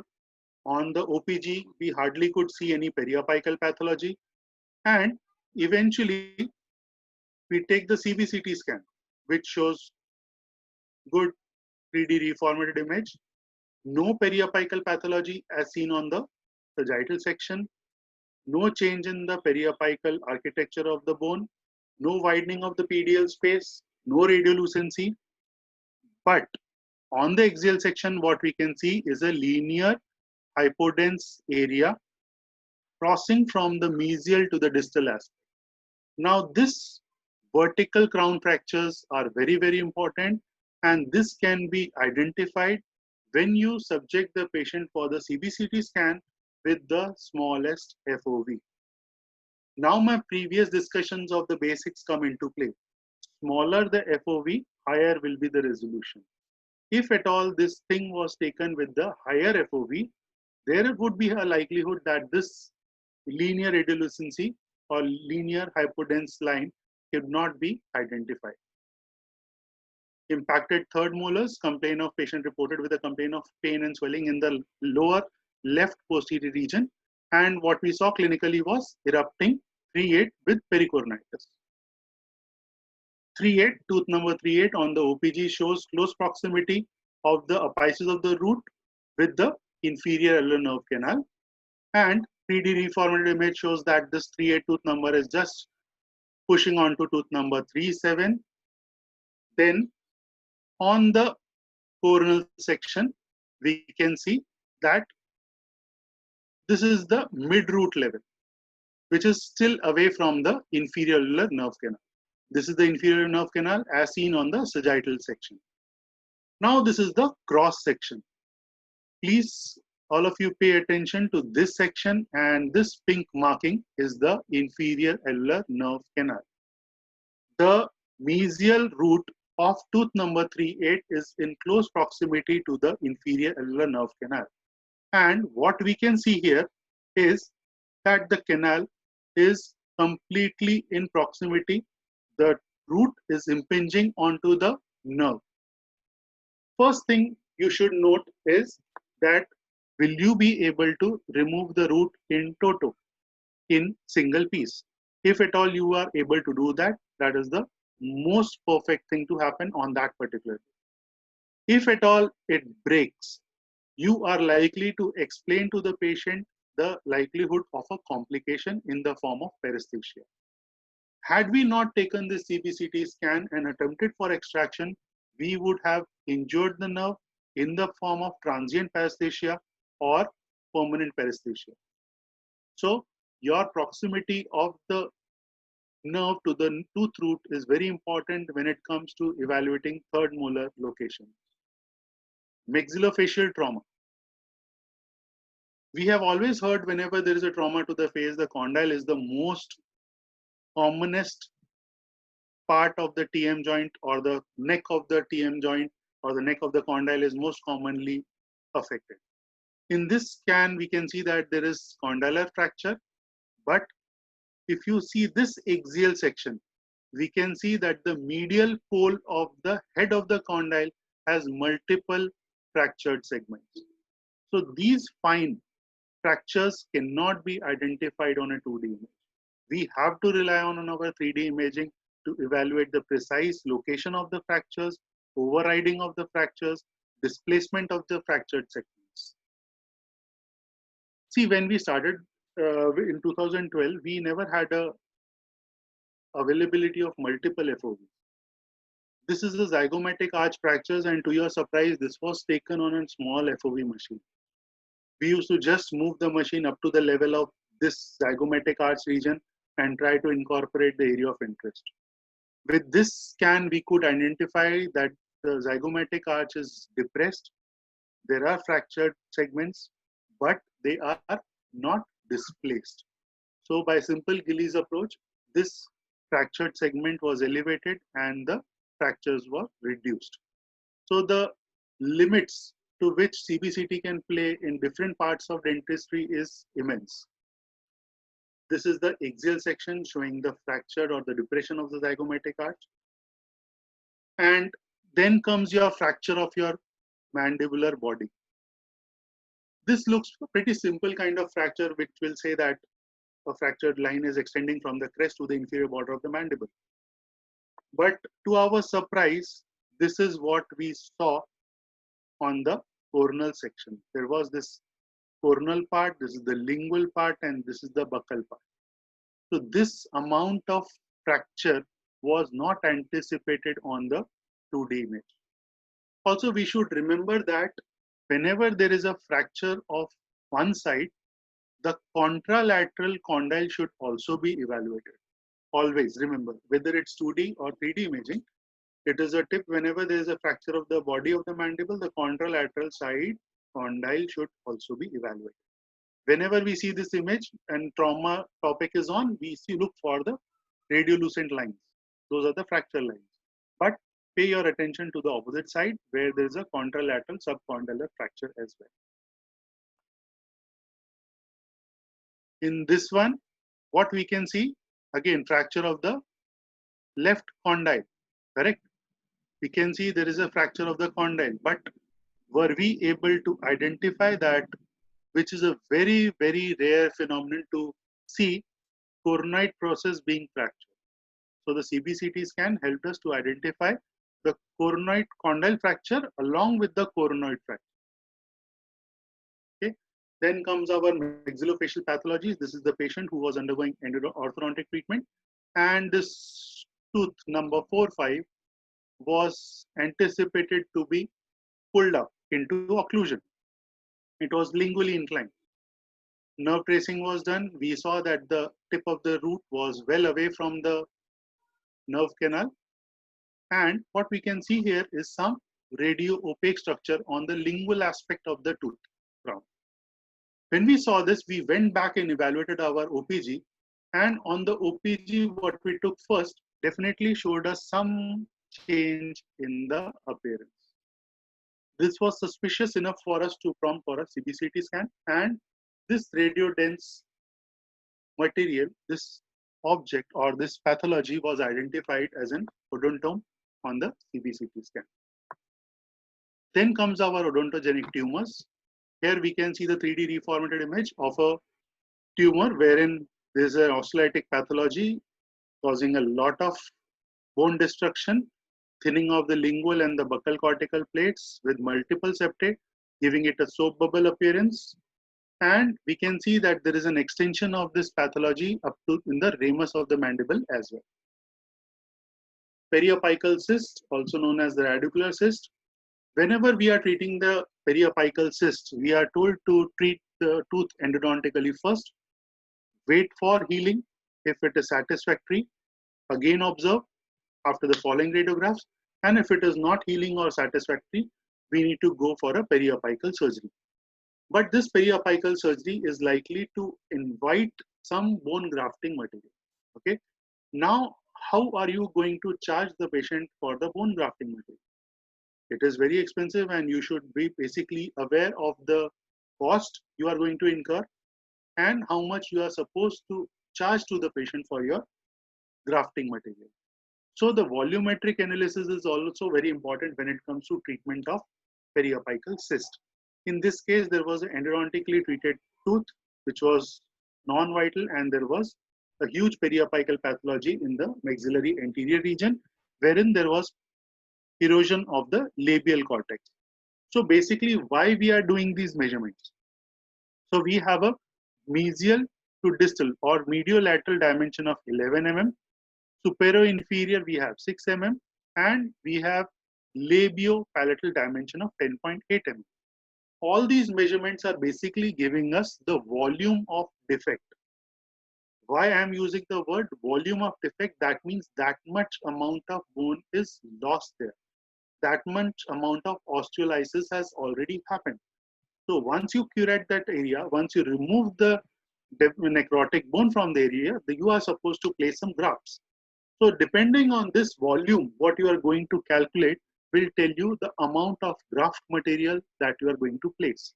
And accordingly, you can tell the economics to the patient and charge for the treatment procedure. Can you see the defect on the axial section?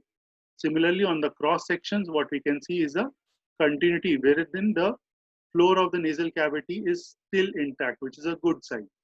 But the labial cortex is completely eroded. This is a case of impacted tooth number 3-8, wherein the tooth is completely displaced up to the inferior border of the mandible and impinging onto the inferior alveolar nerve canal. So our 3D reformed image shows that this tooth is perforating the lingual cortex and coming out onto the submandibular gland fossa region. So these things on the 2D image can absolutely not be anticipated or expected. Then comes CBCT and orthodontics. It is very important to understand the role of orthodontics, CBCT in orthodontics. It is helpful for diagnosis of the pathology, the treatment planning, treatment progress. Now, orthodontic treatment is not a one-day procedure. It is a process. You need to understand the growth of the skeletal structures and then eventually understand where you are now, how much amount of treatment is completed, how much more is expected, and how much time you are going to devote more. Simultaneously, you need to understand about the risk assessment of the patient when you are undergoing or subjecting the patient for orthodontic treatment. CBCT in orthodontia is mainly used for localization of the impacted tooth. Earlier, we used to rely on our 3D techniques or the what you will say slope technique or the localization technique, which are absolutely outdated right now. We can do 3D cephalometric analysis, anatomodels, cleft lip palate evaluation, and orthognathic surgery planning. All these are the important roles what CBCT plays in the field of orthodontics. If you see this OPG, we can see that there is impacted tooth number 2, 3, and we, as an orthodontist, the orthodontist will ask you to call the oral surgeon to make a window and then place the bracket onto the exposed crown of that tooth. For the surgeon, the most difficult part is to identify where the tooth lies, whether it lies labial to the roots of the teeth or palatal to the roots of these teeth. So when we took the scan of this patient, we were able to identify that the crown of tooth number 2, 3 lies labial to it. And to our surprise, it is not having any labial cortex over it. So a simple soft tissue window will help us expose the crown, and the orthodontist can easily make a bonding done onto the or bonding of the bracket done onto this crown. Skeletal discrepancies, as you can see, this is a skeletal class 3 pathology in the patient with the prognathic mandible, and this is the overlay of the image or the picture of the patient over the skeletal image. This is basically the pre-treatment discussion what is to be done with the surgeon, the orthodontist, and the patient. This was the pre-treatment 3D reformatted image of the patient, and this is the post-orthognathic surgery 3D reformatted image of the patient. We can see how the prognathism is corrected and the occlusion is restored. There was an open bite earlier, which is closed now. This is one of the most favorite topics of my presentation because many times we don't expect what we see. The scan or the OPG was taken for some other purpose. Some things or some findings in the radiograph prompt us to go for a CBCT scan. And one of them is the salivary gland calculi. Now this case came to us in our department wherein we took the OPG for the impacted tooth. But we saw some pathology or radio opacity below the impacted tooth number 38. Now the biggest question for us was whether this radio opaque object was within the bone or lingual to it or buccal to it, or it is within the bone. So when we took the CBCT scan, we could see that this radio opaque structure was on the lingual aspect of the ramus of the mandible, and it was well away from it. It had no proximity with the lingual cortex, or it was having no connection with the mandibular body or ramus. It was a separate entity altogether.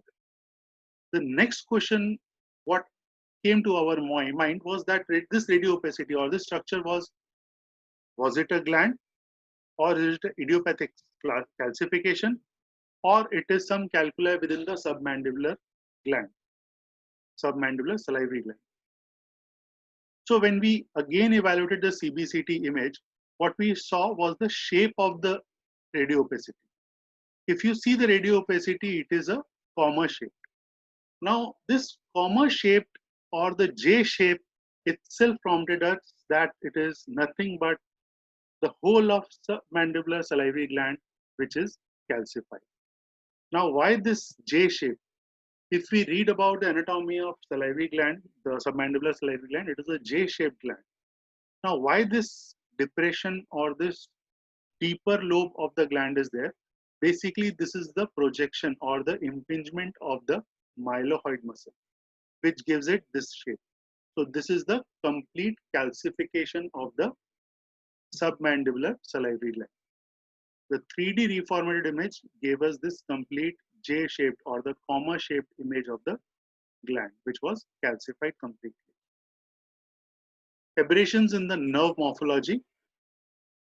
This was basically for, again, implant placement purpose, but what we saw, there is change in the morphology or the inferior nerve canal tracing was done, but we can see some radiolucency or the hypodense region, which was linear in shape and was going up to the crest. So this is basically the bifurcation of the inferior alveolar nerve canal as seen on the CBCT scan. This is again a very interesting case. This OPG was taken to evaluate the impacted tooth number 48, and when we took the OPG and saw it on the viewer, we saw some linear radiolucency in the anterior mandibular region. When we took the CBCT scan, what we saw that there was anterior extension of the inferior alveolar nerve. So many times what we see is that the inferior nerve canal comes close to the metal foramen, forms a loop, makes a GENU and go back and exits the metal foramen.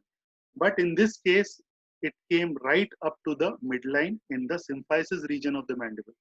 So if at all in future, all on 4 case had to be planned for this particular patient, which was highly difficult because of the aberrations or the variation in the nerve morphology.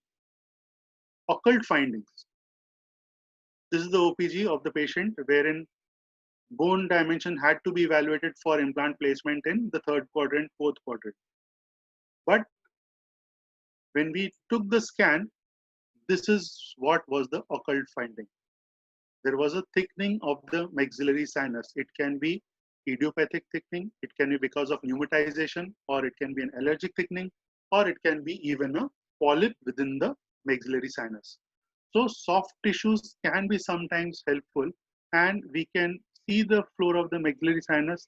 Right above that, there's a dome-shaped gray shadow, giving it a appearance of a increased thickness of the maxillary sinus. I'm here since 11 and talking about CBCT, but that didn't mean that CBCT is the imaging modality.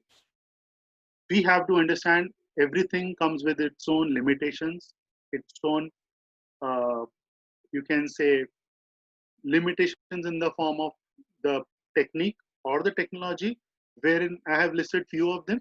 On the slide, you can see there are artifacts, which are the beam hardening artifacts. What we have discussed earlier, the metal objects, which can be in the form of prostheses or it can be implant fixtures. Radio-opaque restorative materials like gatta parcha, all these things can cause beam hardening artifacts and obscure your detailed information or the picture of your CBCT scan. There can be scattering or spray. There can be volume averaging. During the scan, it is around 14 seconds, 13 seconds rotation of the machine. There is a likelihood that the patient may move, and depending on the patient size and the ambulatory condition, means if the patient is not able to sit or stand, taking a CBCT scan definitely becomes difficult. Other limitations includes volume, size, and resolution, and lack of soft tissue distinction.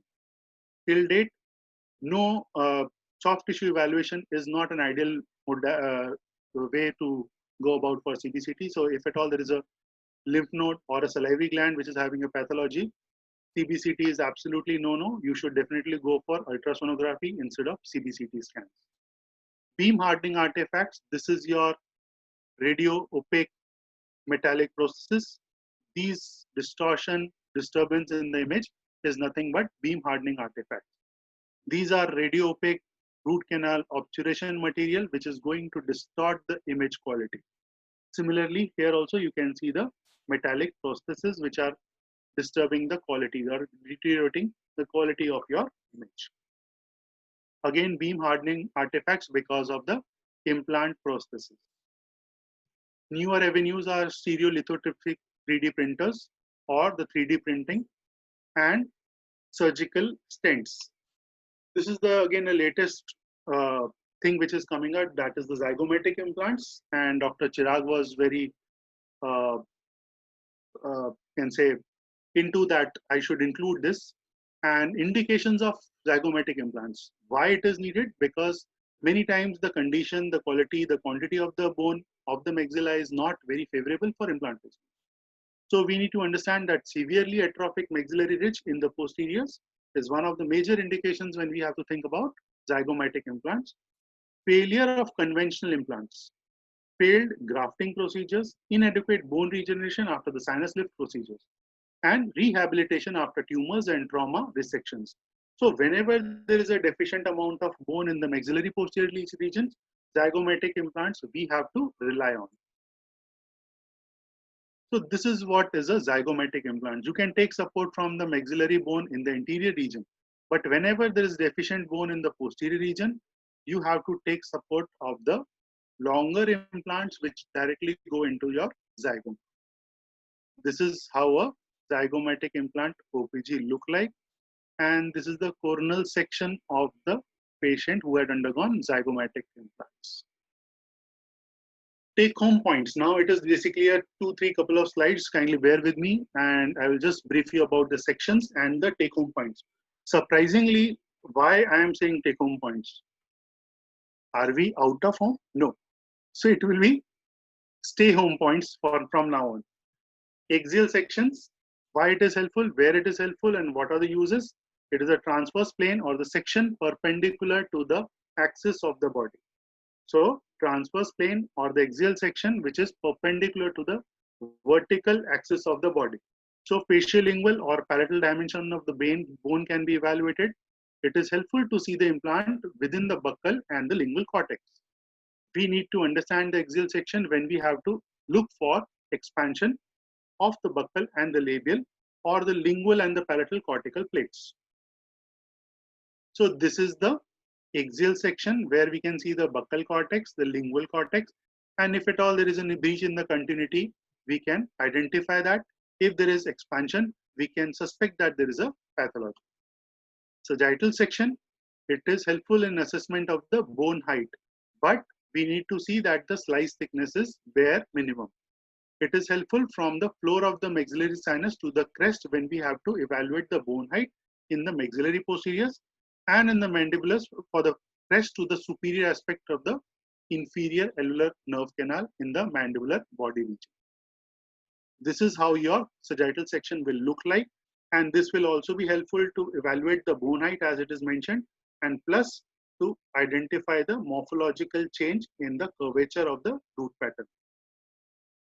Then comes the coronal section. It is indicated to evaluate the mediolateral aspect of the bone, assessment of the maxillary sinus, head of the condyle, and the joint space of the TM joint. So these are the serial coronal sections anteroposteriorly. Coronal section passes through the coronal suture and moves anteroposteriorly from the tip of the nose to the occiput or the posterior part of the skull. Cross sections or the curved MPR. MPR is multiplanar reformatting. So mainly used in implant planning, shows bone height and bone width in the proposed site of implant placement. So this becomes the fundamental section for evaluation or for implant placement. It shows the bone quality. Virtual implant planning is done in curved MPR or cross sections, and inferior alveolar nerve tracing should be done in your cross sectional imaging.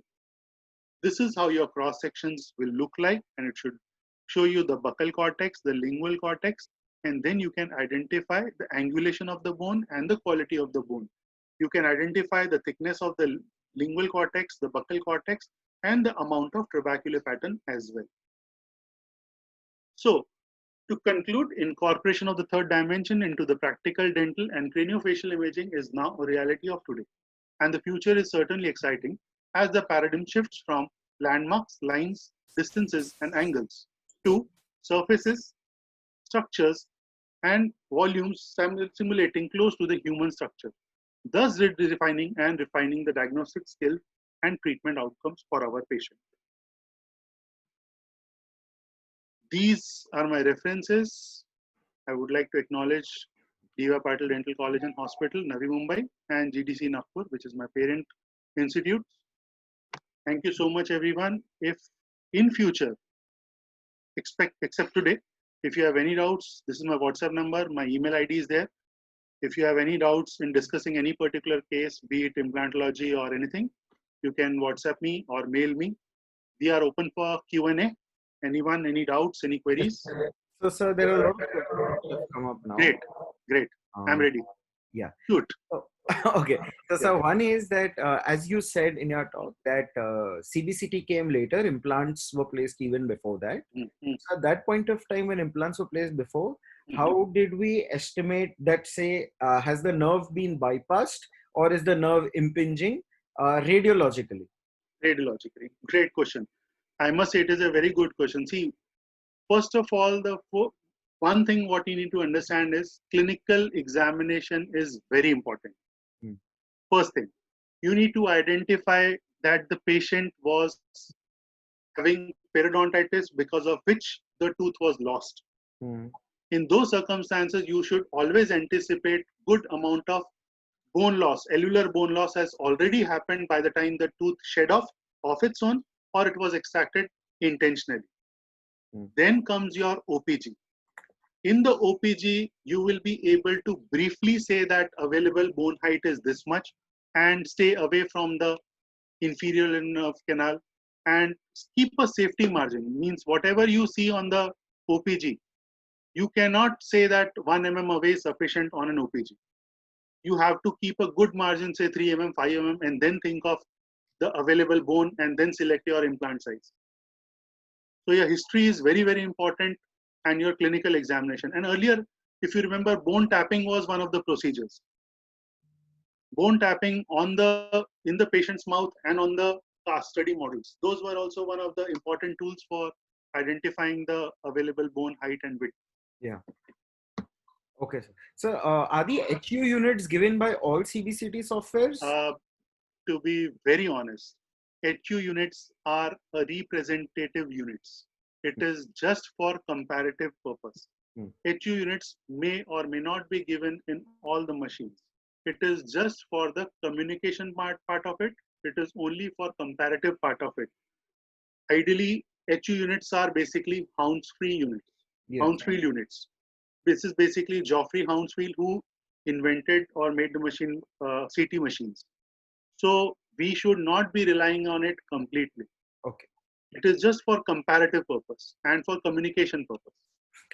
So for osteoporotic individuals, what is the category of bone which you usually see, D1 or D4 or D2? D3? Osteoporosis has to be D4. Yes. Or even lesser, I will say, D5. Yeah, okay. Below 250 Hounsfield units. Below or 350, yeah. Okay. So should we measure when placing anterior implant? Should we measure it from the nasal fossa to the crest, or what should be the height when we measure during See, implantation? whenever you are measuring the bone for implantology, it should be from the crest. Hmm. Okay, you should always start from your crest and go downwards, be it for the maxilla or for the mandible. So your second point of plotting should be the anatomical barrier. Hmm. It The may be the first part nasal should fossa be, or the yes, maxillary sinus wall, whatever it is. yes. Inferior alveolar canal. Also, your Okay, plotting should not be from your canal to the crest. correct. The first point of plotting or measurement has to be from the crest, then go towards your anatomical barrier, Okay, then keep the safety margin, and then identify how much ever the quantity of bone is. okay. So for your radiologist colleagues, is there any one textbook you would recommend for CBCT and implants, like CBCT and implantology? Robert Miles is a very good textbook for CBCT.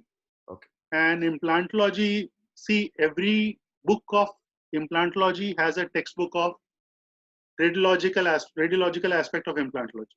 Right. So I will not say you can completely rely on Carl Misch. I cannot say you can completely rely on any other textbook for implantology. But implantology, I will say it's a learned aspect of uh, radiology. Means you cannot learn from one textbook the implantology part, radiology part in implantology. Okay. Every textbook plays an important role. Correct. So how many times would you recommend a person can go for CBCT in a year? Basically, in terms of exposure. The patient you are asking, Yes, for the patient.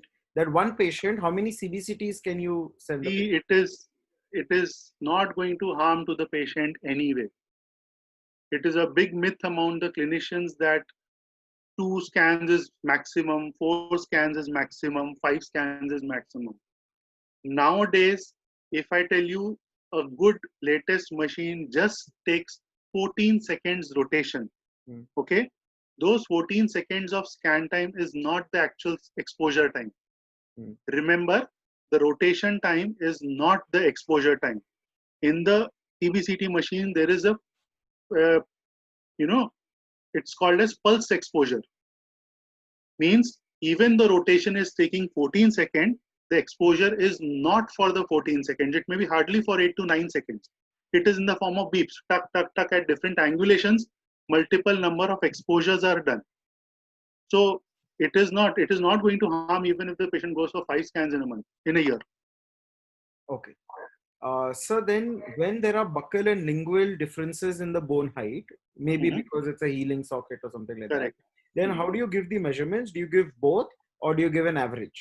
Yes, now it is very, very important to identify first, like in the prescription I mentioned, how the extraction was done. Hmm. Correct? Whether it was traumatic or it was atraumatic. Hmm. If at all it is traumatic, and we should anticipate some amount of bone loss, be it buccal cortical plate or lingual cortical plate. If at all that happens, I personally first give the complete height of the available bone.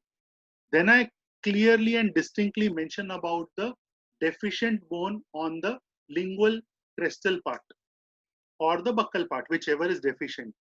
Then how much ever at all the tabling will be done after reflecting the flaps, how much ever tabling will be done.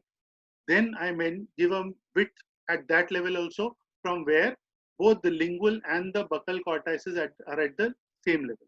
Okay. So basically, what as one more person suggested that Mhm. we should give measurements at three level.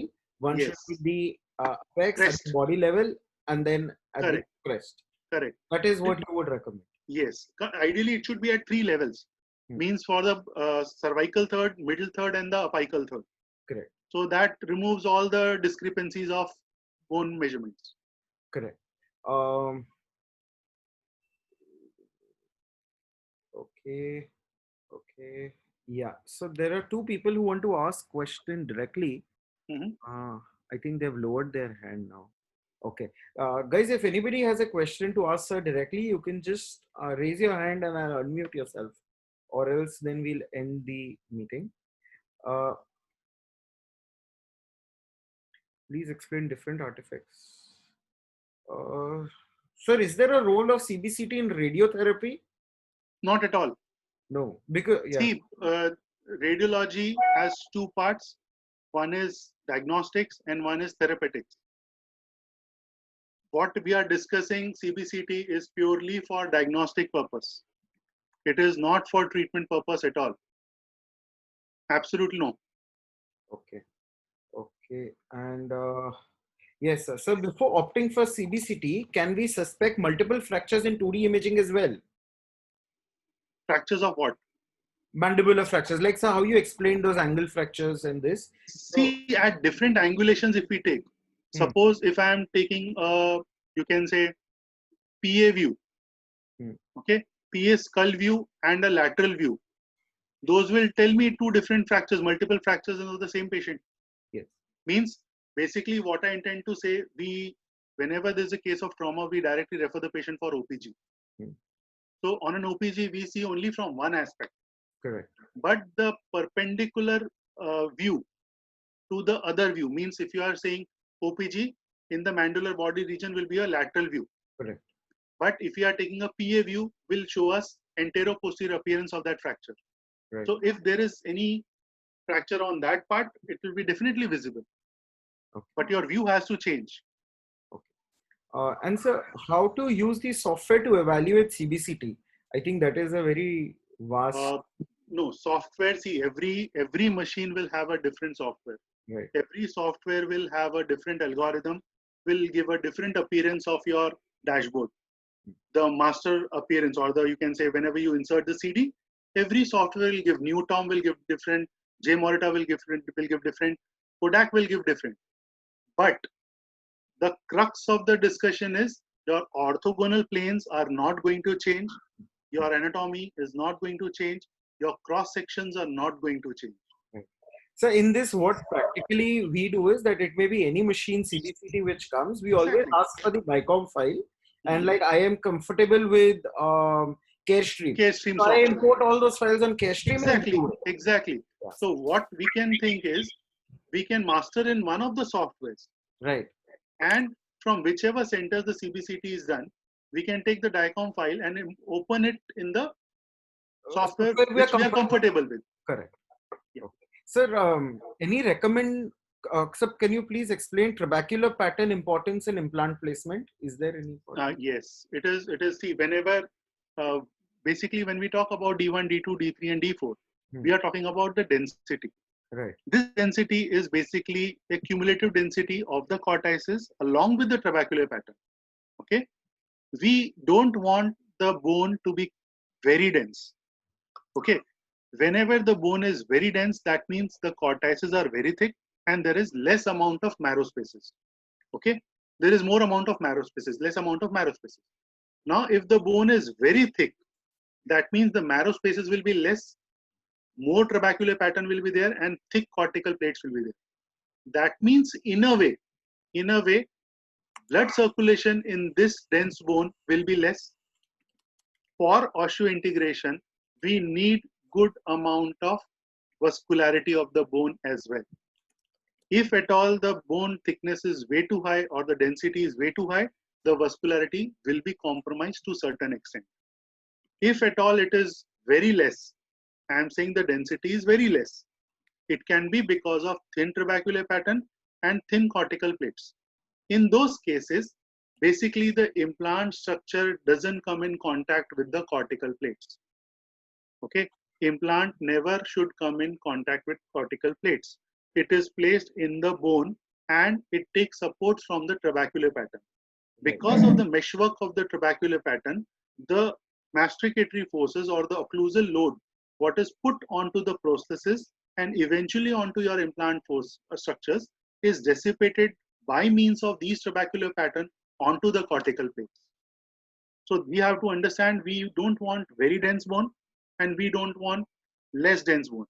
We want something in between, that is D2, which has a Hounsfield unit, what we discussed as 850 to 1250. So we have to understand that it should not be very dense, it should not be very less dense. Right. Sir, I think all the questions are done. And guys, yeah, all the questions are done, sir. And I would request everyone to follow us on Instagram so that you can get link for the next week as well. Next week we are coming up with neck dissection, that is onco surgery aspect, and that's about it. And thank you, Hemant sir. This was Thank very you so much, detailed. Chirag. Yeah, it was very detailed. And I think a lot of people will be, yeah, everyone is thanking you. Thanks a ton. Thank you so much for the webinar. Yeah. Thank you so much, everyone. All the best for future as well. Yes. Everyone, stay home, stay safe. Yes. So I'll just end the meeting for all now. Thank you so much. Bye-bye. Thank you so much. Bye bye. Bye, sir.